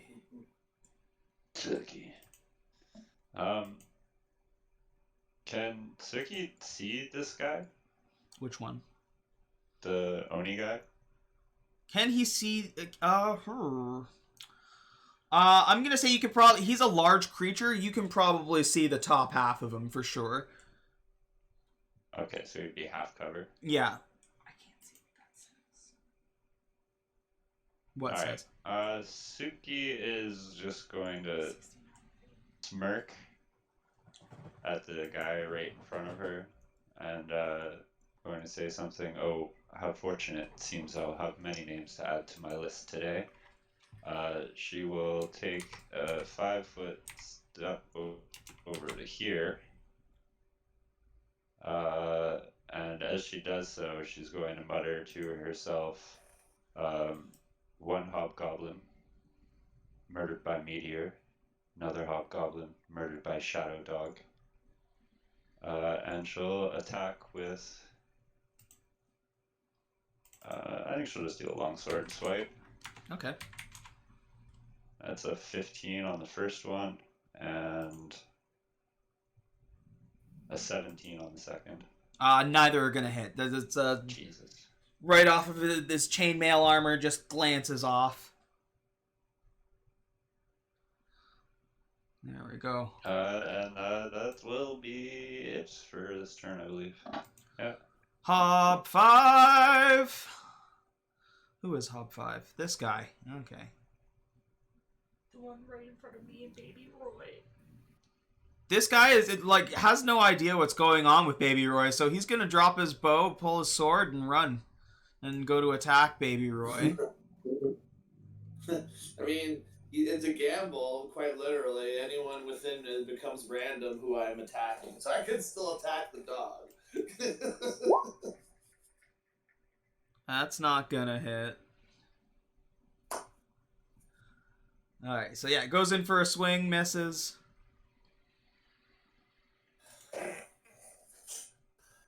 Hob 6, who's not, he thinks Hob 6 would be.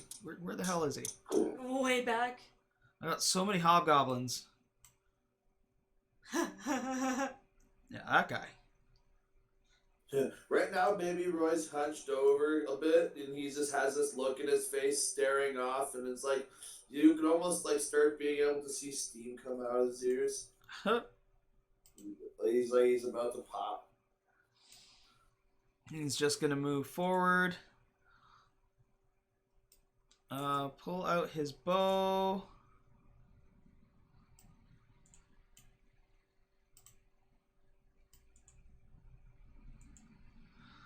And fire upon Yusuke. Actually, I think he could hit Roy.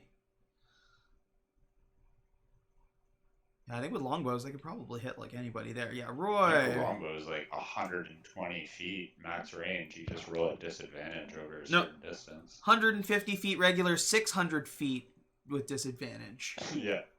Yeah.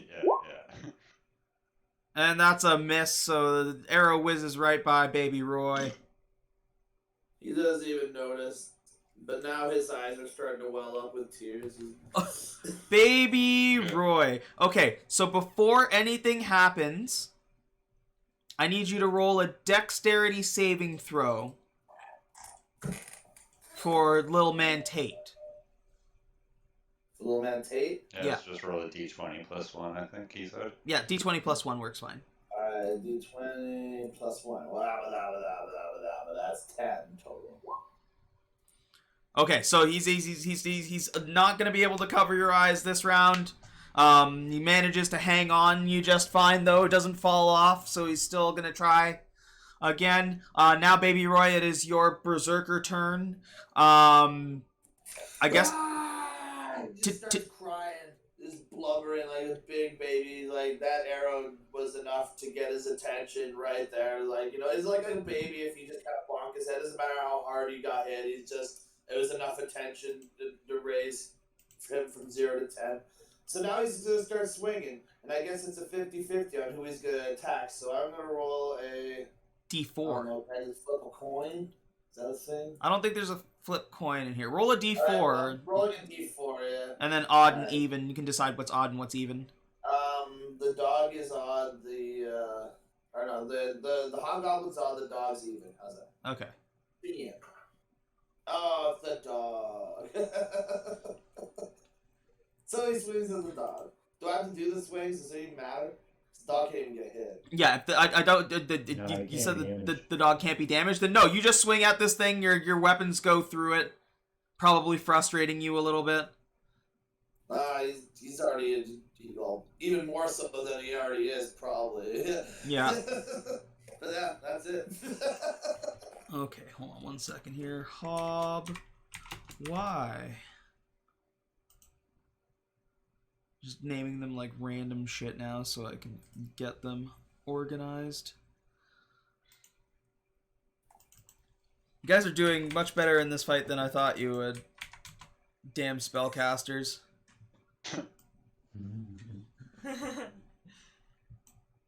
Okay.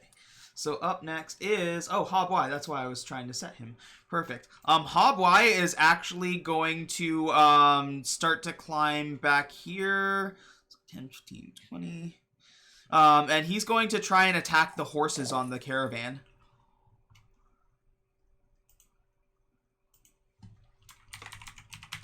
What a bastard. Wow, animal abuse. Riding horse. 5E.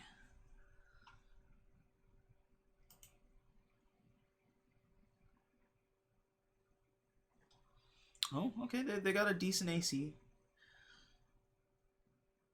Hob. Longsword. So the hobgoblin is going to hit. We'll say the combined health is 30. So it's attack. They're kind of attacking the caravan as a whole. You can still kind of move it with one horse, so it cleaves into the horse, doesn't quite kill it, but hurts it really, really bad. Oh, I'm chop suited for that. Hob Zed, this guy up here. He's one of them longbow boys. He's gonna fire at Suki.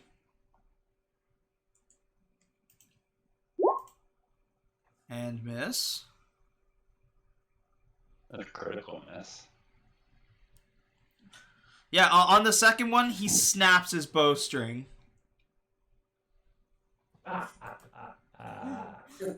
Smacks himself in the face.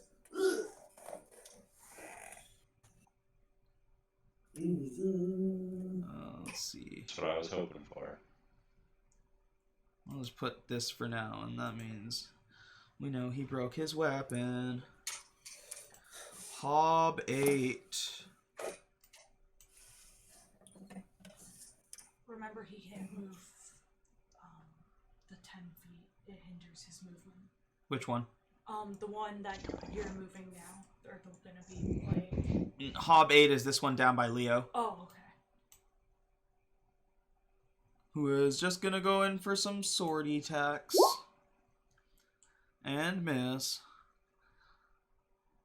They're just having a nice little fight down there at the bottom.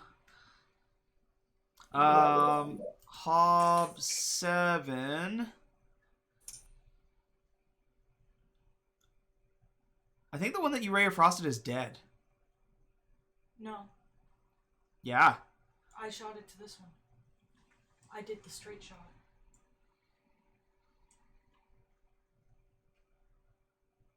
Unless there was one that was like here. There was. Yeah, there was the one that was like near Baby Roy, and then you guys killed it. This is Hob 7 in front of Suki. No, the Ray of Frosted one is the frightened one that ran away. Oh, yeah, that makes sense. So it couldn't have moved that far. You like there. There we go. He was really, really scared running. He ran as far as he could without dying. Suki, this thing is still like technically in your grill and trying to take swings at you.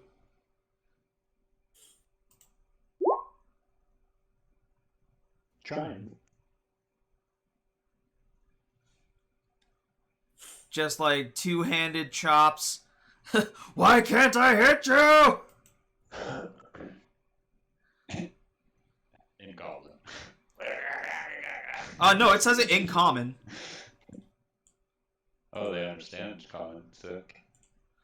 Hob 9, this one here is gonna take more bow shots at Baby Roy. And miss.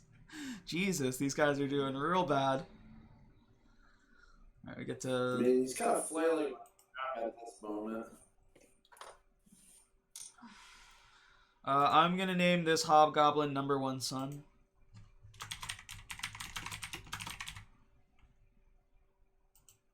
Just Should 'cause- probably unprepare Hellish Rebuke. I don't think I'll ever get an opportunity to use it.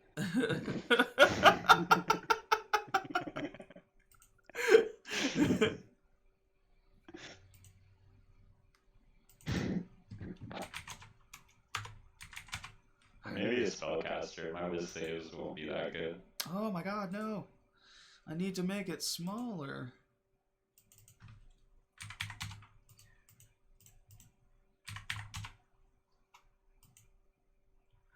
Okay, number 1 son. He is actually gonna take take an attack on this caravan, one of these horses.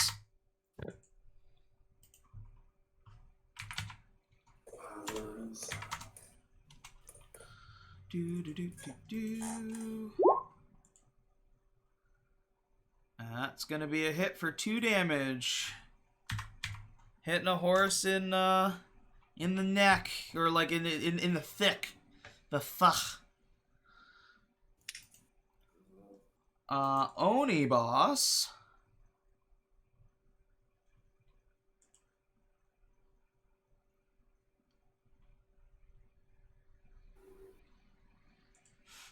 This way, that way.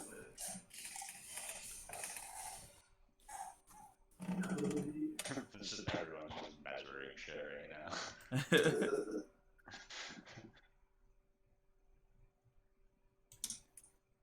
Playing D&D or building a building. Oni boss is gonna stand in between his 2 boys over here.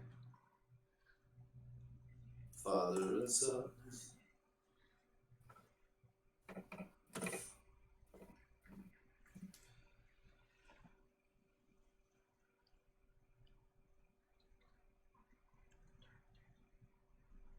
What's that? What's the range on that? 90 feet? 90 feet, 20 foot cone.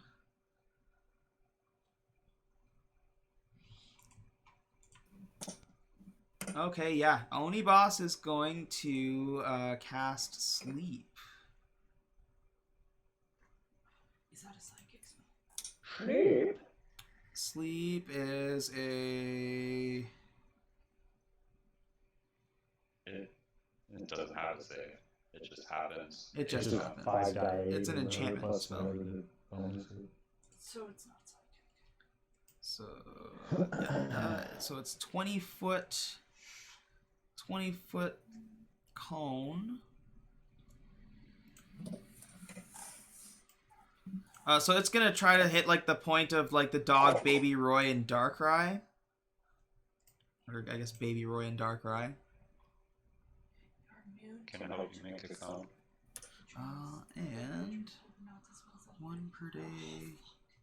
I just need to know what it casts the spell at. I think it would just be its first level. First level's only like 24 a die.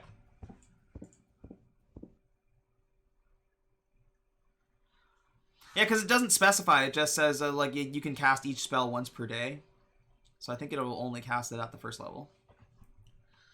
Just had to be sure. I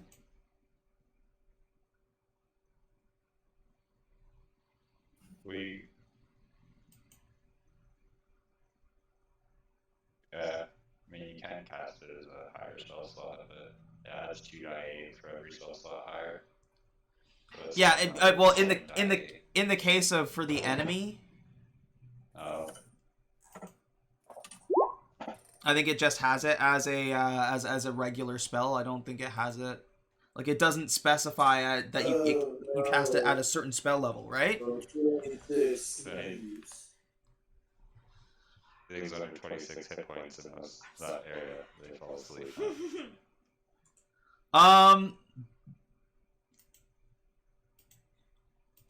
Yeah, I don't even think that'll affect the horses at this point. If it's gonna hit all, like them, it wouldn't be able to hit the horses. It'd be beyond range. Yeah, no, we're good. It fizzles. Nothing happens. You just like oh. Emer. Ymir is going to need dex saves and con saves from you, sir. So, let's start with Buddy beside Baby Roy. Yeah. Needs a 17 con save. 17 con save? Oh, wait, no, hold on. I actually rolled damage for that one, sorry. I rolled a 20 for that, hold on. 18 to hit. 18 hits.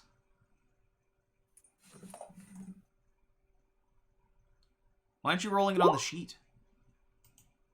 It doesn't let me. It doesn't let me roll the Mordenkainen's Hound's attack from the sheet, just as damage. Oh, okay, okay. So I'm just rolling the die 20 and plus 9 in it. But it's 18 damage to that guy. 4d8? 6 plus 5 plus 6 plus 1. Okay. Minus 18. Yeah, this thing. The dog bites down on this thing and it like just chomps it. Like jumps up, grabs its neck, kills it. I just ripped its throat out with it. Alright. Next.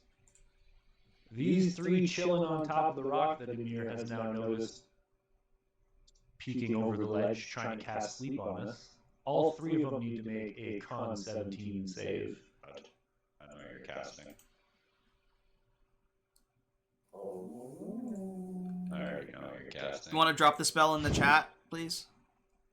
It's casting, 100%. It's casting Cloud Kill.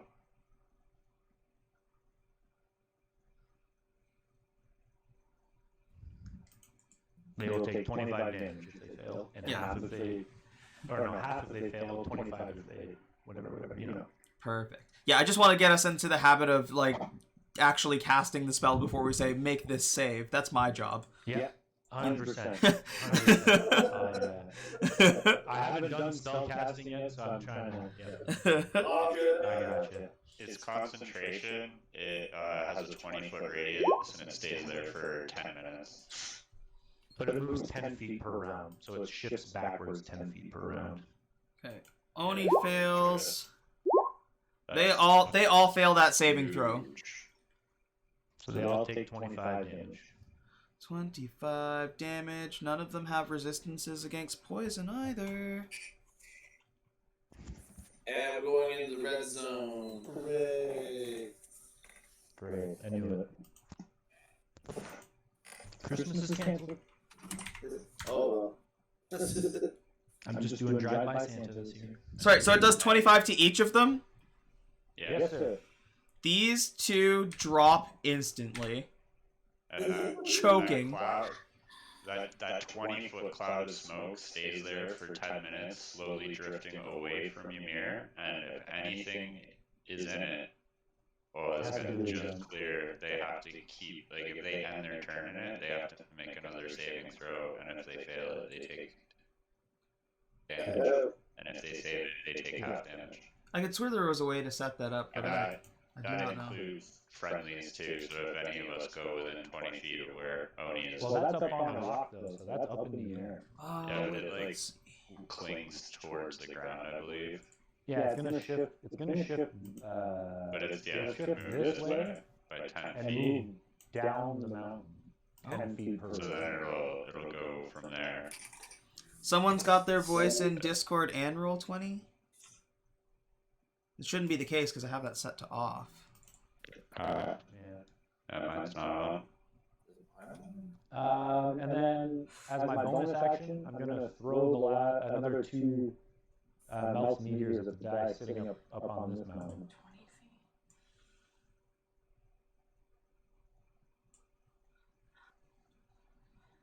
feet. That's weird. I don't know why it would be doing that, unless maybe like because you can hear it through my speaker, so maybe it's reverbing that way, but I wouldn't think it would be. I don't hear anybody echoing through both, and I don't see anybody's things popping up in the things. So. Yeah, but Saber's watching it right on the Twitch, right? So it's got to be. It might be something that has to do with my recording, like Streamlabs, and how it's picking it up.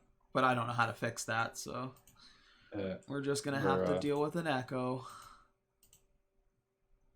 Starting to run low on time as well, so Yeah, so we just gotta get deal with it. So Immer, that's your turn. I'm trying to kill these people as fast as I can. No, this guy right here has to make 2 DC or Dex 17 saves. 2 DC 17 saves for what? Yeah, Dex. Dex saves for the minute meteors flying at his face right now. Yeah, the minute meteors. You can control those even if you've cast a spell. It's a bonus action Bonus to throw actions. two. Bonus action to Bonus throw action two. to throw two a turn. Okay. Yeah. I know I'm broken. Fucking Mordenkainen's. Book is so good. DC I love it. 17 saving. Sorry, Dex saving throw. 17. Yeah. Yeah. Both of them make it. Ooh, damn. They take half damage then. So So he takes 8 damage. 8 damage. Yes, sir. Yeah, they don't have resistances or anything like that, so that will jive.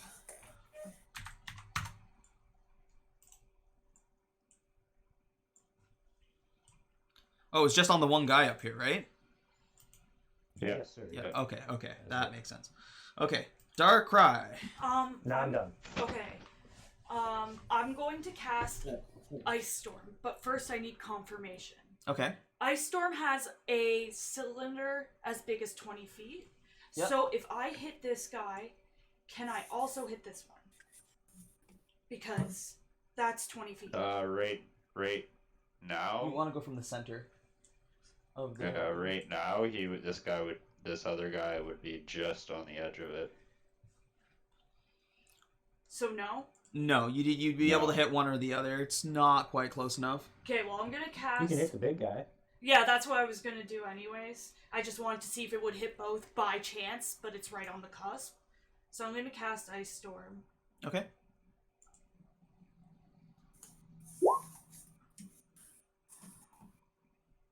So yeah, I guess make a DC 15, where he takes 19 plus 8 damage.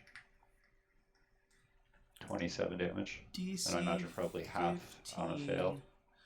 Deck save. This guy actually has saving throws. And fails. Wow. Apparently not. What is up with these dice? There we go. So he fails his saving throw, takes 27. 27 damage? Yeah. Yeah.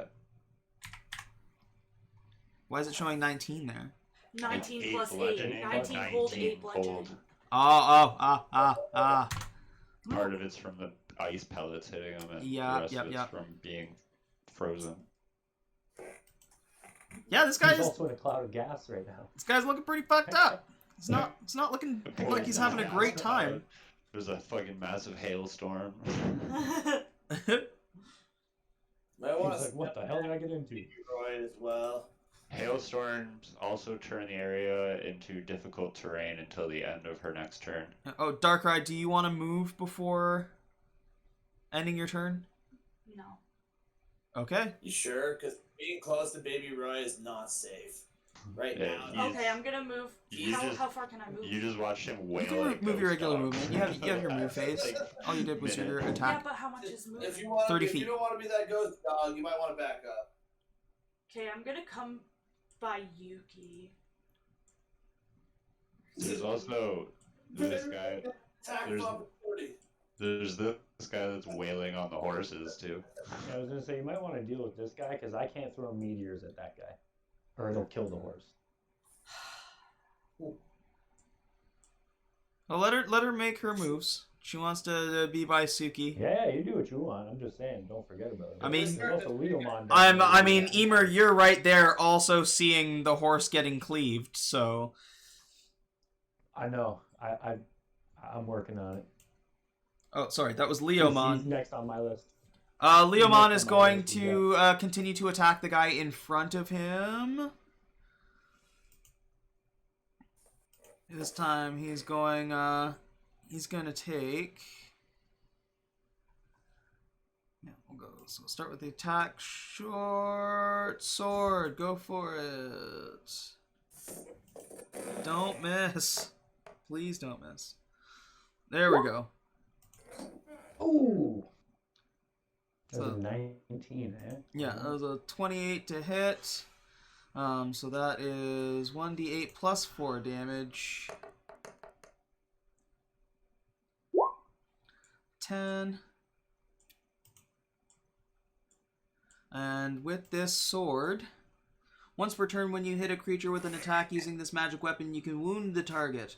The start of each of the wounded creature's turns, it takes 1d4 necrotic damage for each time you've wounded it, and can then make a DC 15 Constitution saving throw. So, yeah, he starts off taking 9 damage, and then as a bonus action, he's going to spend a key point to Flurry of Blows.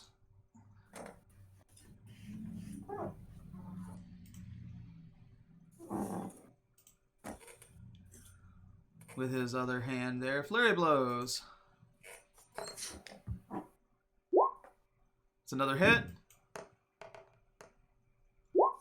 It's another hit.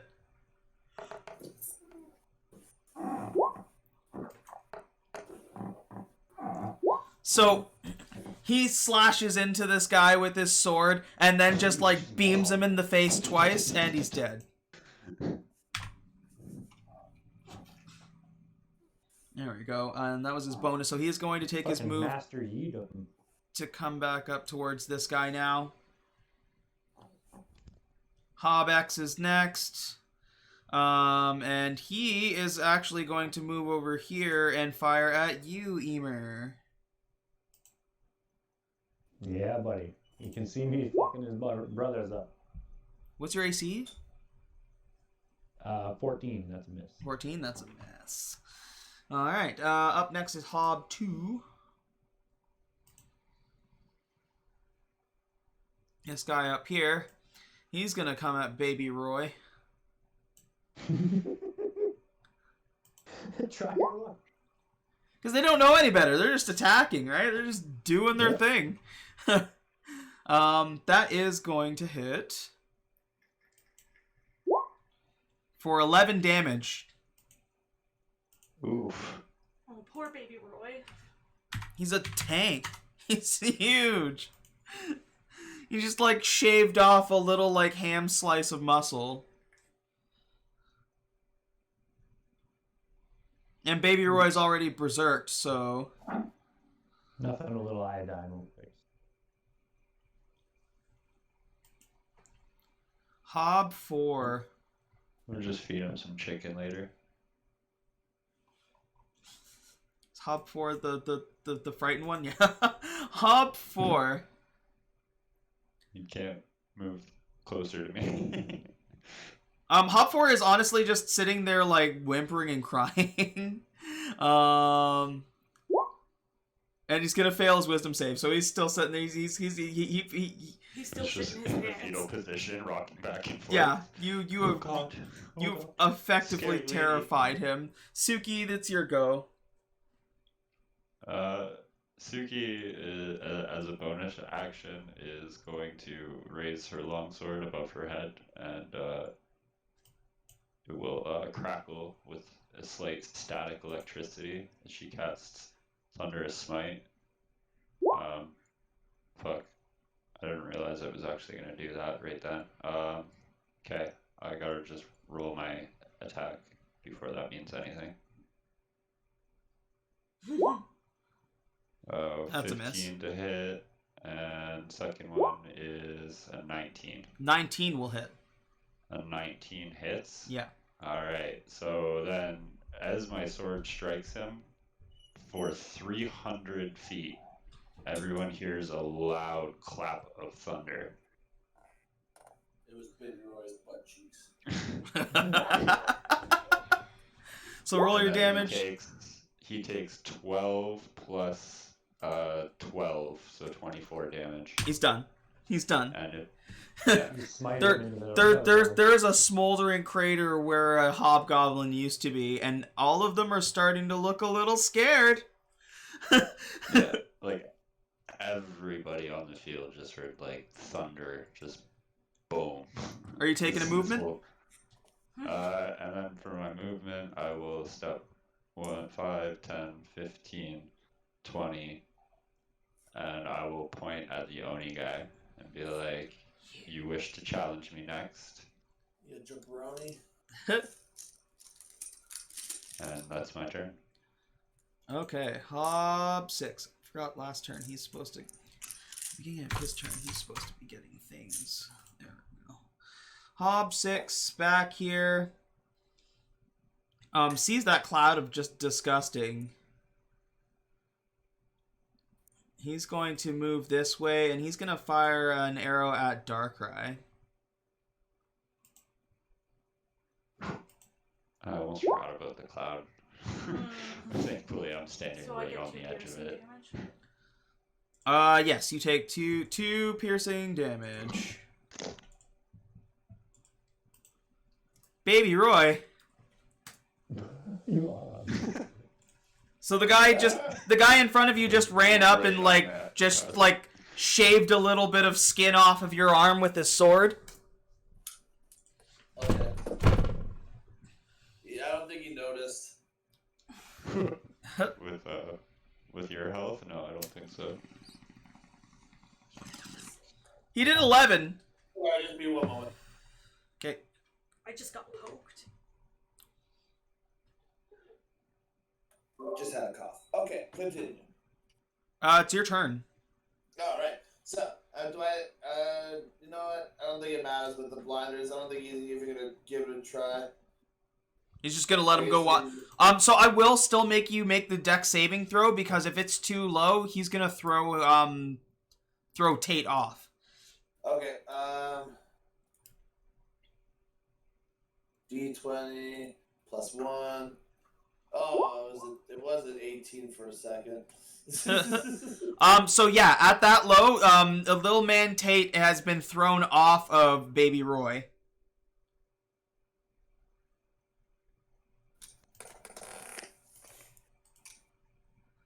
Oh, fudge. You just took the old Bronco lad. I got thrown all the way over there. No, that's just where that's where he was. So he is going to land next to you. He's gonna land next to you, and now you're gonna have to determine whether he's a target or not. So roll a die 6. All right. Oh, for fuck's sake. 1, 2, 3, 1, 2, 3. They each get a 50-50 chance. All right. Dogs 1, 2, man takes 3, 4. The hobgoblins 5, 6. Boom.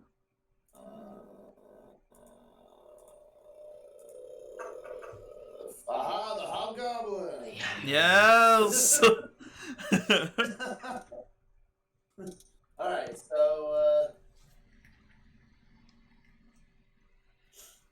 he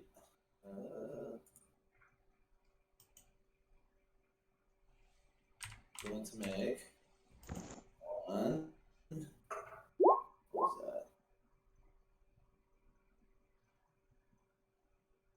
Oh, no. It was a nat 1. Oh no, that's a hit. That's on the hit. Oh no, it's chicken. He rolled a nat 1 on a hit. The chicken. Yeah, so, huh?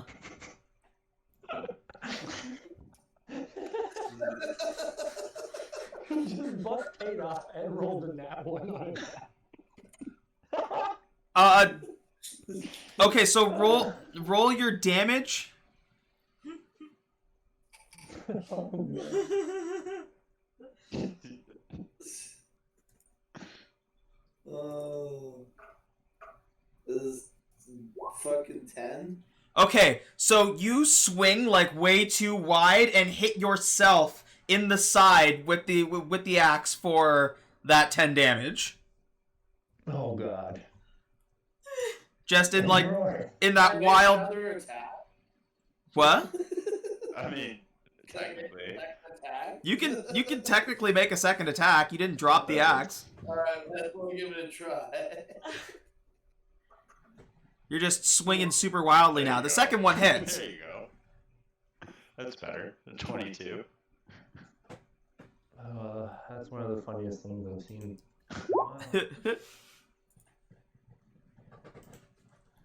Okay, cool. 9 slashing damage to the hobgoblin. So you bring the axe down, you miss him, hit yourself in the side, which pisses you off even more. As you pull the axe up, you clip him across the jaw with the butt end of it and a bit of the blade, so it like cuts part of his jaw open. Oh boy. And he screams. He screams in a lot of pain. How long and hard about that berserker axe? I'm like, this could really change things. Like this particular thing, it can do a lot or it can do nothing. And I don't know.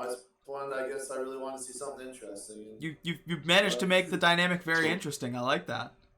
That's what one shots are for. Fun builds. This dude's gonna hit again with the long sword. He's gonna go. The guy hitting the horse? Yep. What a dick. He's going to hit twice. We're gonna take that first damage though on both. So he kills the first horse.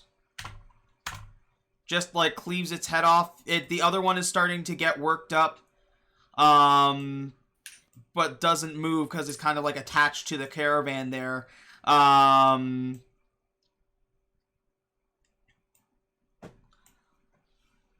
Yeah, so, and then he's gonna start to move in towards the second one there. Hobby Y's turn. Hob 9 over here is gonna move down with his buddy there and also make a shot on Darkrai. Oh Hit for 7 piercing as an arrow hits you right in the shoulder.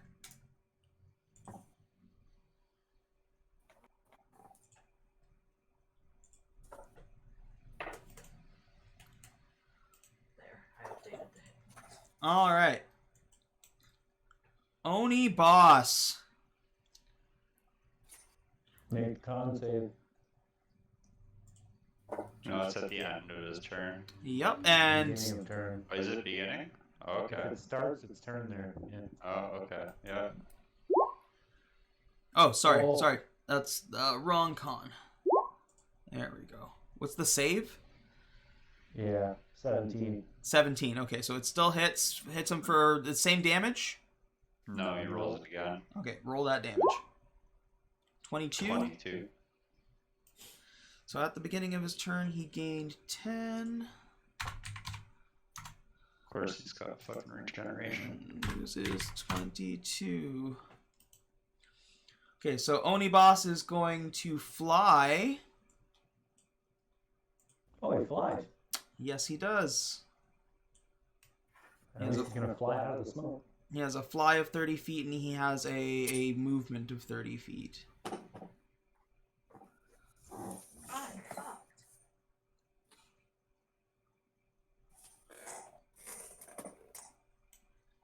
Yeah, so he's gonna fly and drop behind Suki. Bring it ho. And going to swing once with its claw and swing with its glaive in its other hand.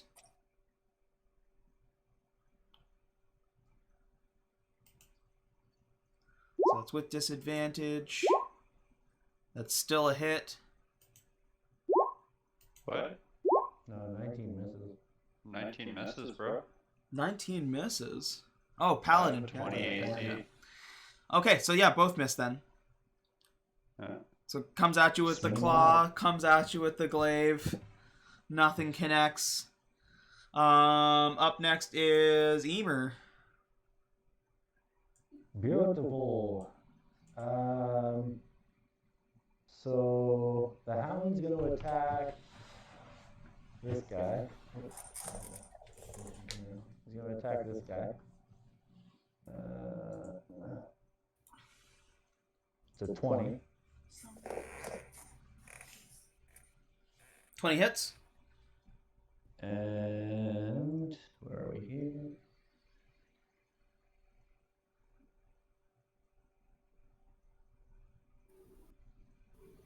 Chomps his nuts off. Yeah. Super dead. Super dead. Okay. So that guy's taken care of. Is this guy 60 feet of me now? He is! Wow. Guys, take- Mistakes were made there, little man. Wait, what guy's taken care of? That guy. What guy? The guy just killed with the dog. Oh, yeah, yeah. Baby Roy was attacking. Yeah. Yeah. And then we're going to cast this bad boy right here.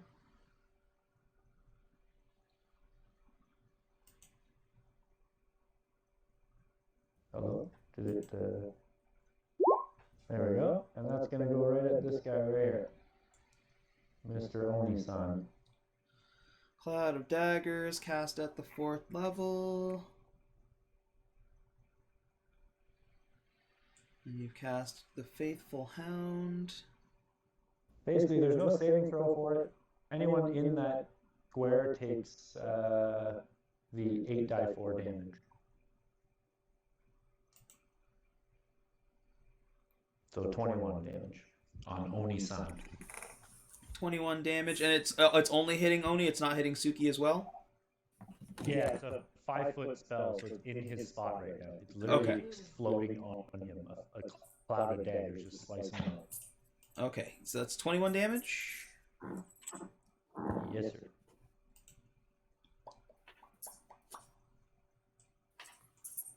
A cube 5 feet on each side, damn.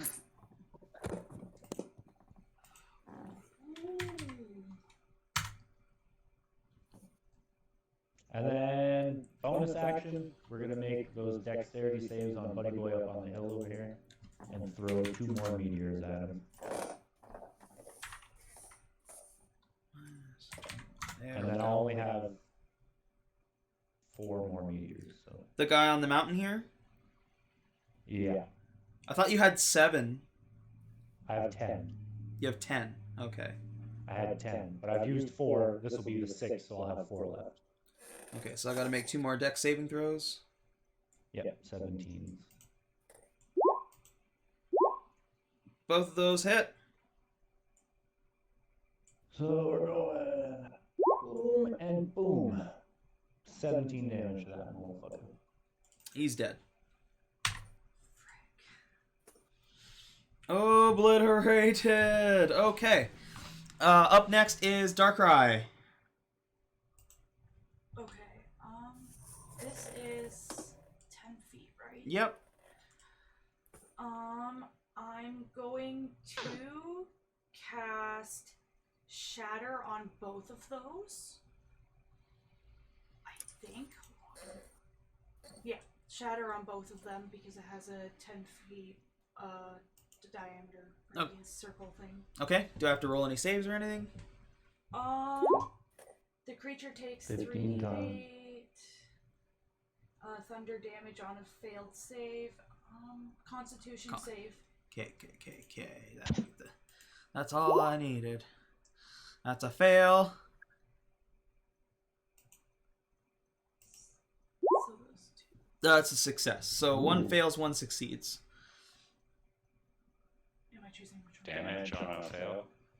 Is it half damage on a fail? Half damage. Thunder damage on a failed save or half. Yep. Cool. Yeah, Cool. half on a success. 116, 1.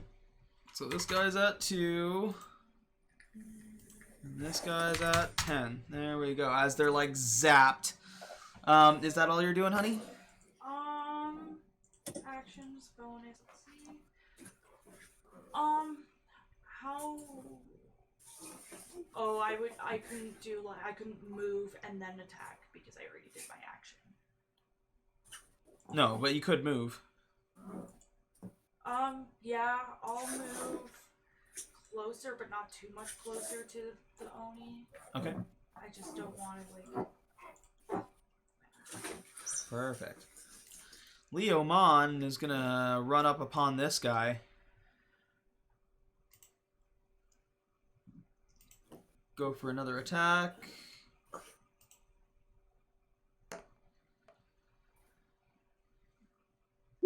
And hit with a dirty 20. He gets +9 to his attack. It's fucking gross. There we go. Plus he's gonna do the flurry of blows again.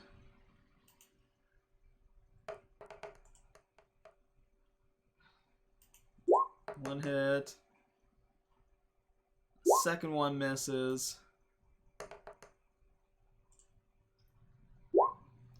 That guy's dead. Deleted. Hob 4. Stop. He's killing the horses. Come on, just smashed that guy to oblivion. Hob 4 needs to make a wisdom saving throw.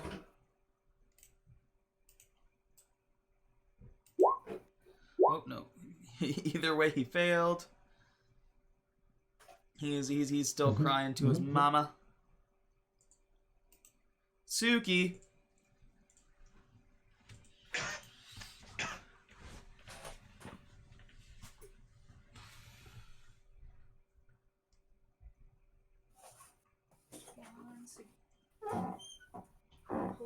Pull through.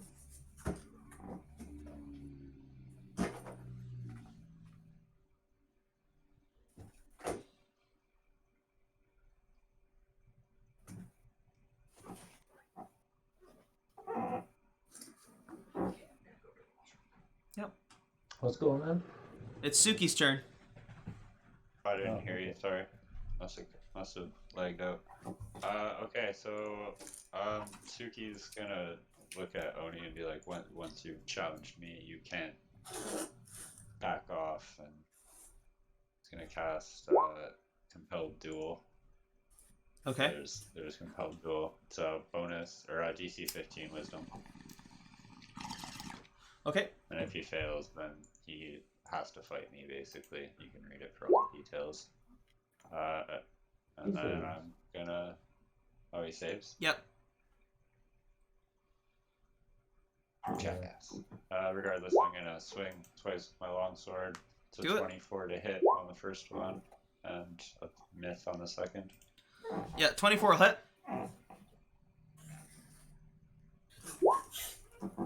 So 16 damage. Yeah, as you cleave in with the sword, he's not looking good. He's looking very, very hurt right now. He's not going to be any better at the start of the next turn when he starts in the cloud of daggers. It's gonna be it. Okay. Hob 6. Cloud of Daggers stays there too. Yes, sir. Wow. I'm just fucking him up with clouds. My character that I was soloing Pathfinder with basically did the same thing.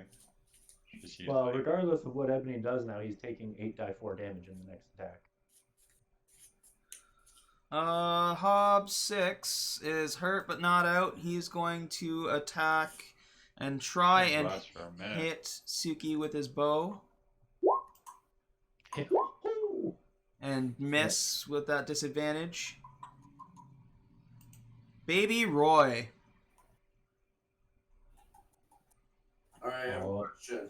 Yep. Can Little Man Tate use a scroll that I bought at the store? Yeah. He's gonna attempt to use the scroll sleep on Baby Roy. Alright. I gotta go anyways, so. Oh, sorry. So a sleep spell. Flavor, please. A sleep spell's not gonna work though, because it's based on hit dice, and you've got like 114. Alright, well, let's see if Baby Roy fucking. Alright, well, let's just see if Baby Roy cleaves fucking Little Man Tate into the next lifetime. Sure. Why not, right? Alright, so D4. Odds is the dog, evens is the Little Man Tate. Whee! Odds the dog. Okay, well that's just that. Okay. Just keeps it Yeah. Well, so I'll take over for Baby Roy and Little Man Tate from here, and you can figure out. At this point, pretty much the whole game, Baby Roy has been on automatic, anyways. Yeah. Yeah. You've given me some interesting flavor to work with, because as long as he's berserk, they're gonna have to deal with him too. Alright, I'll have fun with that. Yeah. All right, so Baby Roy is going to be swinging at the dog. Little Man Tate is actually going to roll just a regular dexterity, flat dexterity, and hope for a high number. No, so he's not quite going to get up on Baby Roy. He is going to like dip out of this space here so that he doesn't get attacked there. Baby Roy obviously swinging at the dog. Nothing's going to happen. So up next is Hob 9, who is also going to actually going to move over here and fire a shot at Darkrai.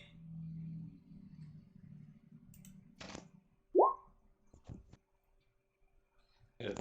Hits with 9. Hits with 9. 33 minus 9. 3 is 30. Alright, Oni boss. So first off, he gains 10.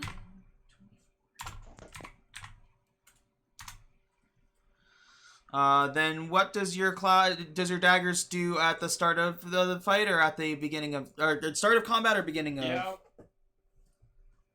Start of it. Start of it. If the creature starts its turn there or enters the spot for the first time. So that's another 4d4. Or sorry, you cast it at a higher level. It's 8 die 4. I can't even roll that in the fucking chat, so I gotta do it from here. You just roll 4 die 4 twice. Is your D&D Beyond not working? It's off and on, but it worked that time. It did 19. 19 that time. damage. I have to go in like 10-ish minutes, so. Oh, you got to take off too? Yeah. Okay, well, you guys are getting close to taking this thing out, so it's looking real hurt. Emer. He didn't attack. Oni didn't attack or anything. Oh, sorry, I forgot it was Oni's turn. Yeah. Yeah. Dealing with everybody's damage and everything like that. Okay, so Mark's got like 5 clouds going on right now.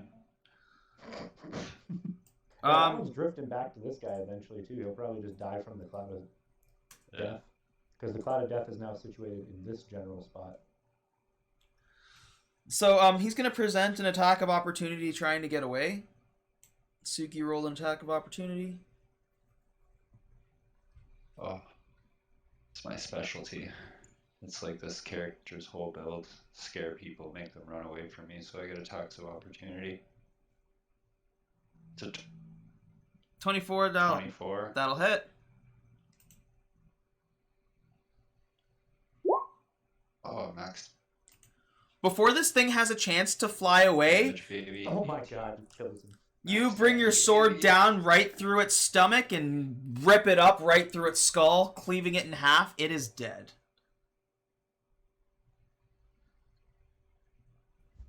I'll pull out a book as a bonus action and write in it, Oni, emaciated by my sword. Close the book, put it away. Emer, it is still your turn. It's my turn now. Yeah. Well, seeing as Emer's killed most of these fuckers, he's gonna keep the train alive and kill both these guys at the same time with the old spell ski. Yep.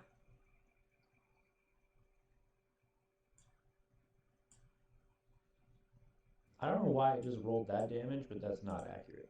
But that would be at level 1. Hype So they have to TPK. make DC 17. They have to make these two have to make DC 17 saves.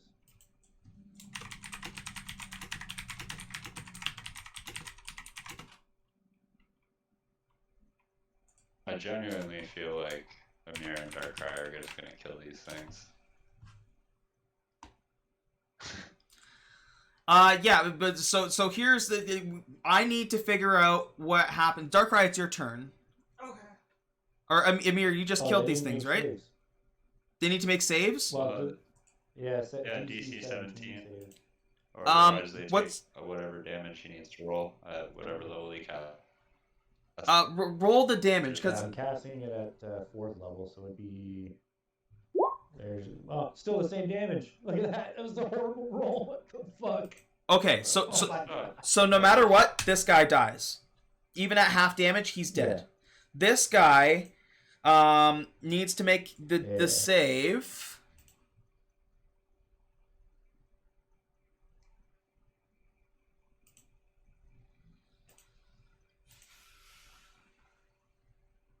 He failed that. He failed that the first time. So he, There's no half damage that's the same, by the way. It's just whether or not they're restrained.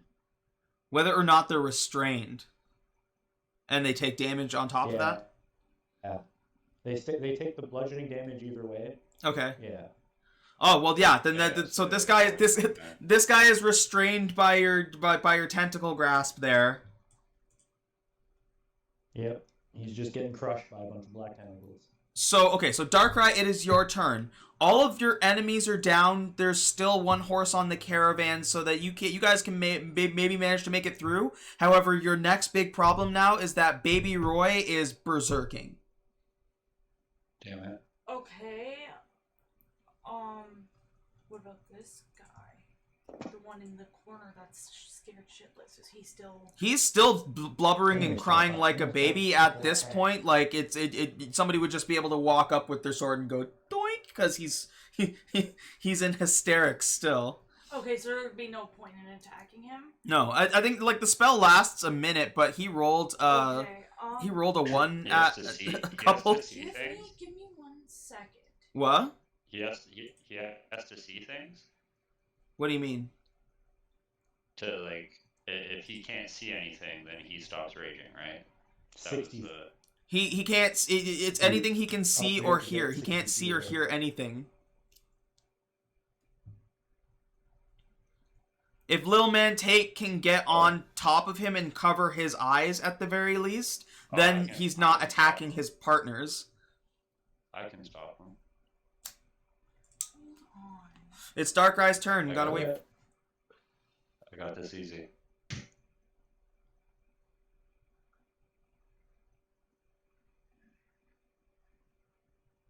Darkrai, what you doing? Hold on. Would I be able to cast minor illusion on him? Hold on. It does reach him.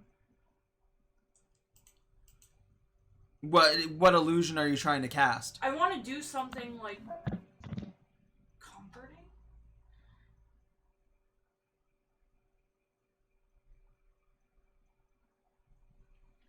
I mean, you. So it'll catch his attention and like you'll have to roll something for him to see if he's dumb enough to just accept the illusion as it is and watch it and be dumbed down by it.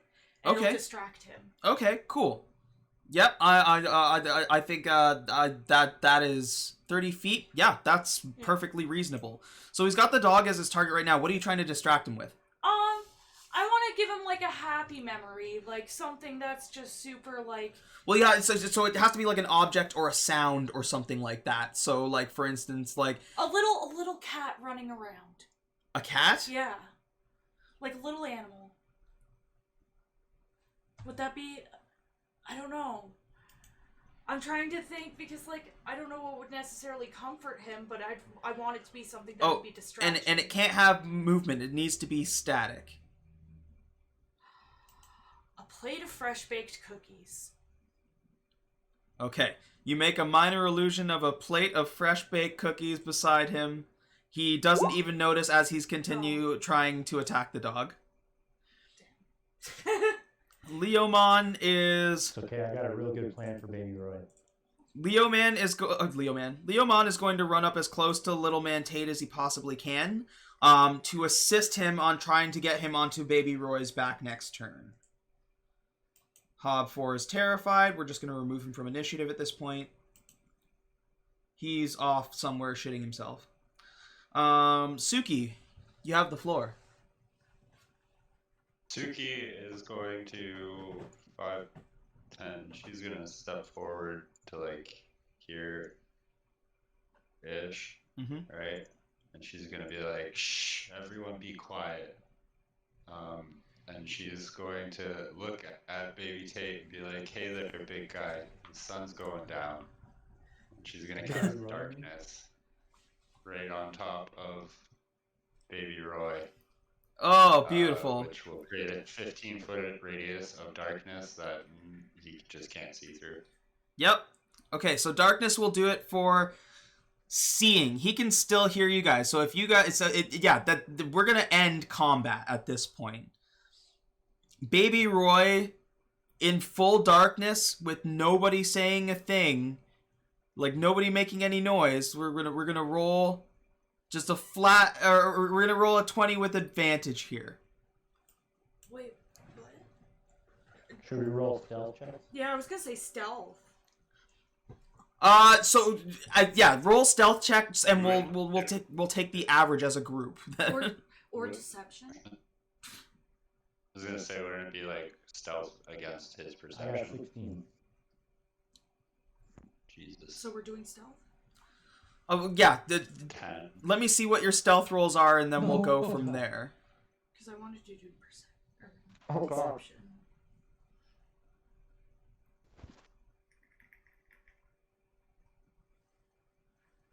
so the average is 11. Only 3 people rolled. Unless you're throwing Leomons in there. Yeah, he'd have to. Everybody's there.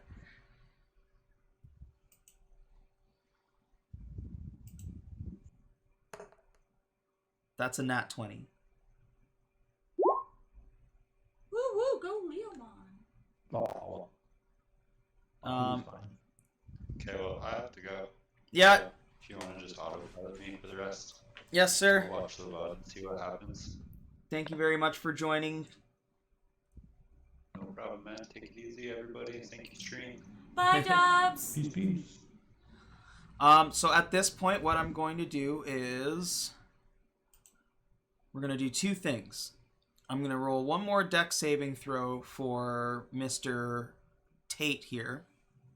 We're just going to use Baby Roy's stat thing for. With advantage from Leomon.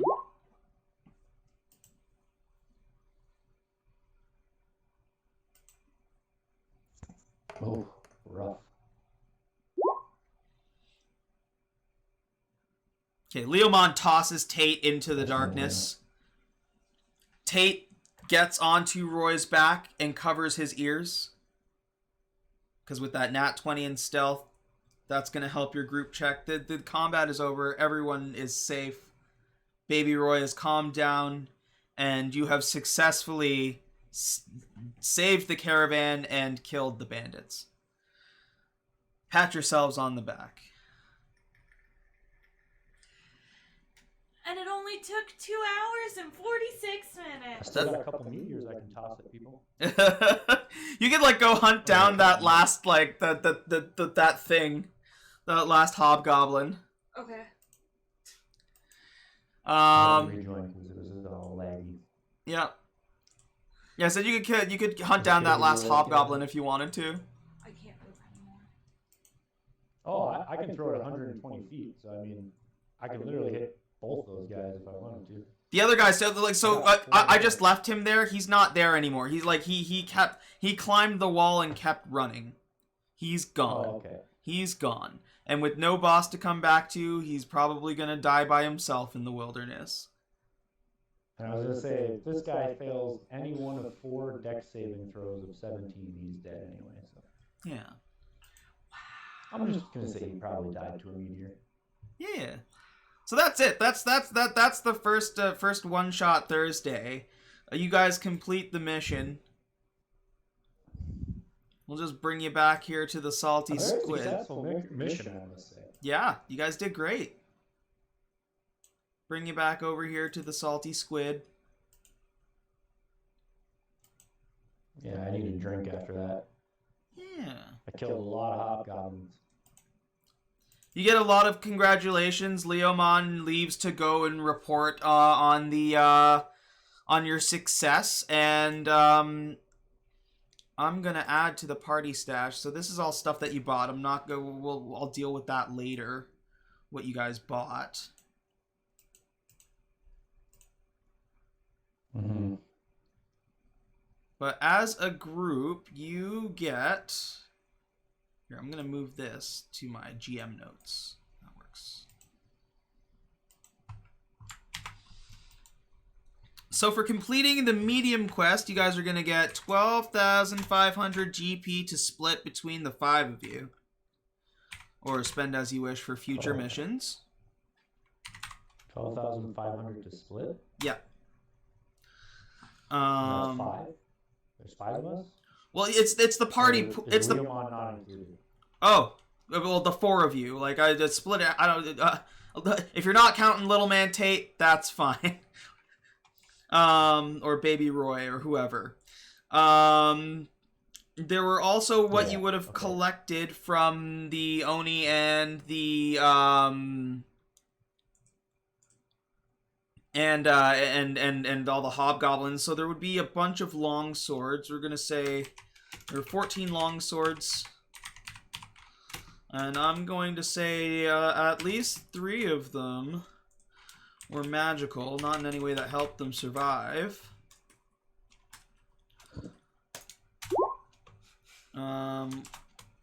say about 8 longbows with munitions. Some chainmail armor. I'll give you like 6 chainmail. I'm gonna throw a bunch of stuff in there, and you'll be able to use it for your characters the next time. We'll keep using these characters for next week as well, or for whenever the next one-off session is. Yep. And then that way you guys can distribute your loot next time. I'll put some other loot and stuff in there. We'll say and random treasure. Random treasure. Retrieved stolen goods.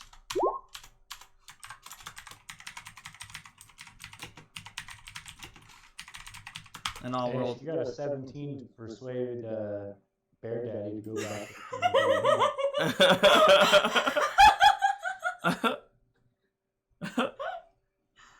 An entire shipment of Hula Girl Bobble dolls. Yes. You roll a 17 to persuasion to try and pick up Bear Daddy. Yeah. So on a 17, he's like, I'd ask you what that mouth do, but I'm just gonna have to show you mine. Only if I can bring the other daddy behind me, and points to the unicorn bro too.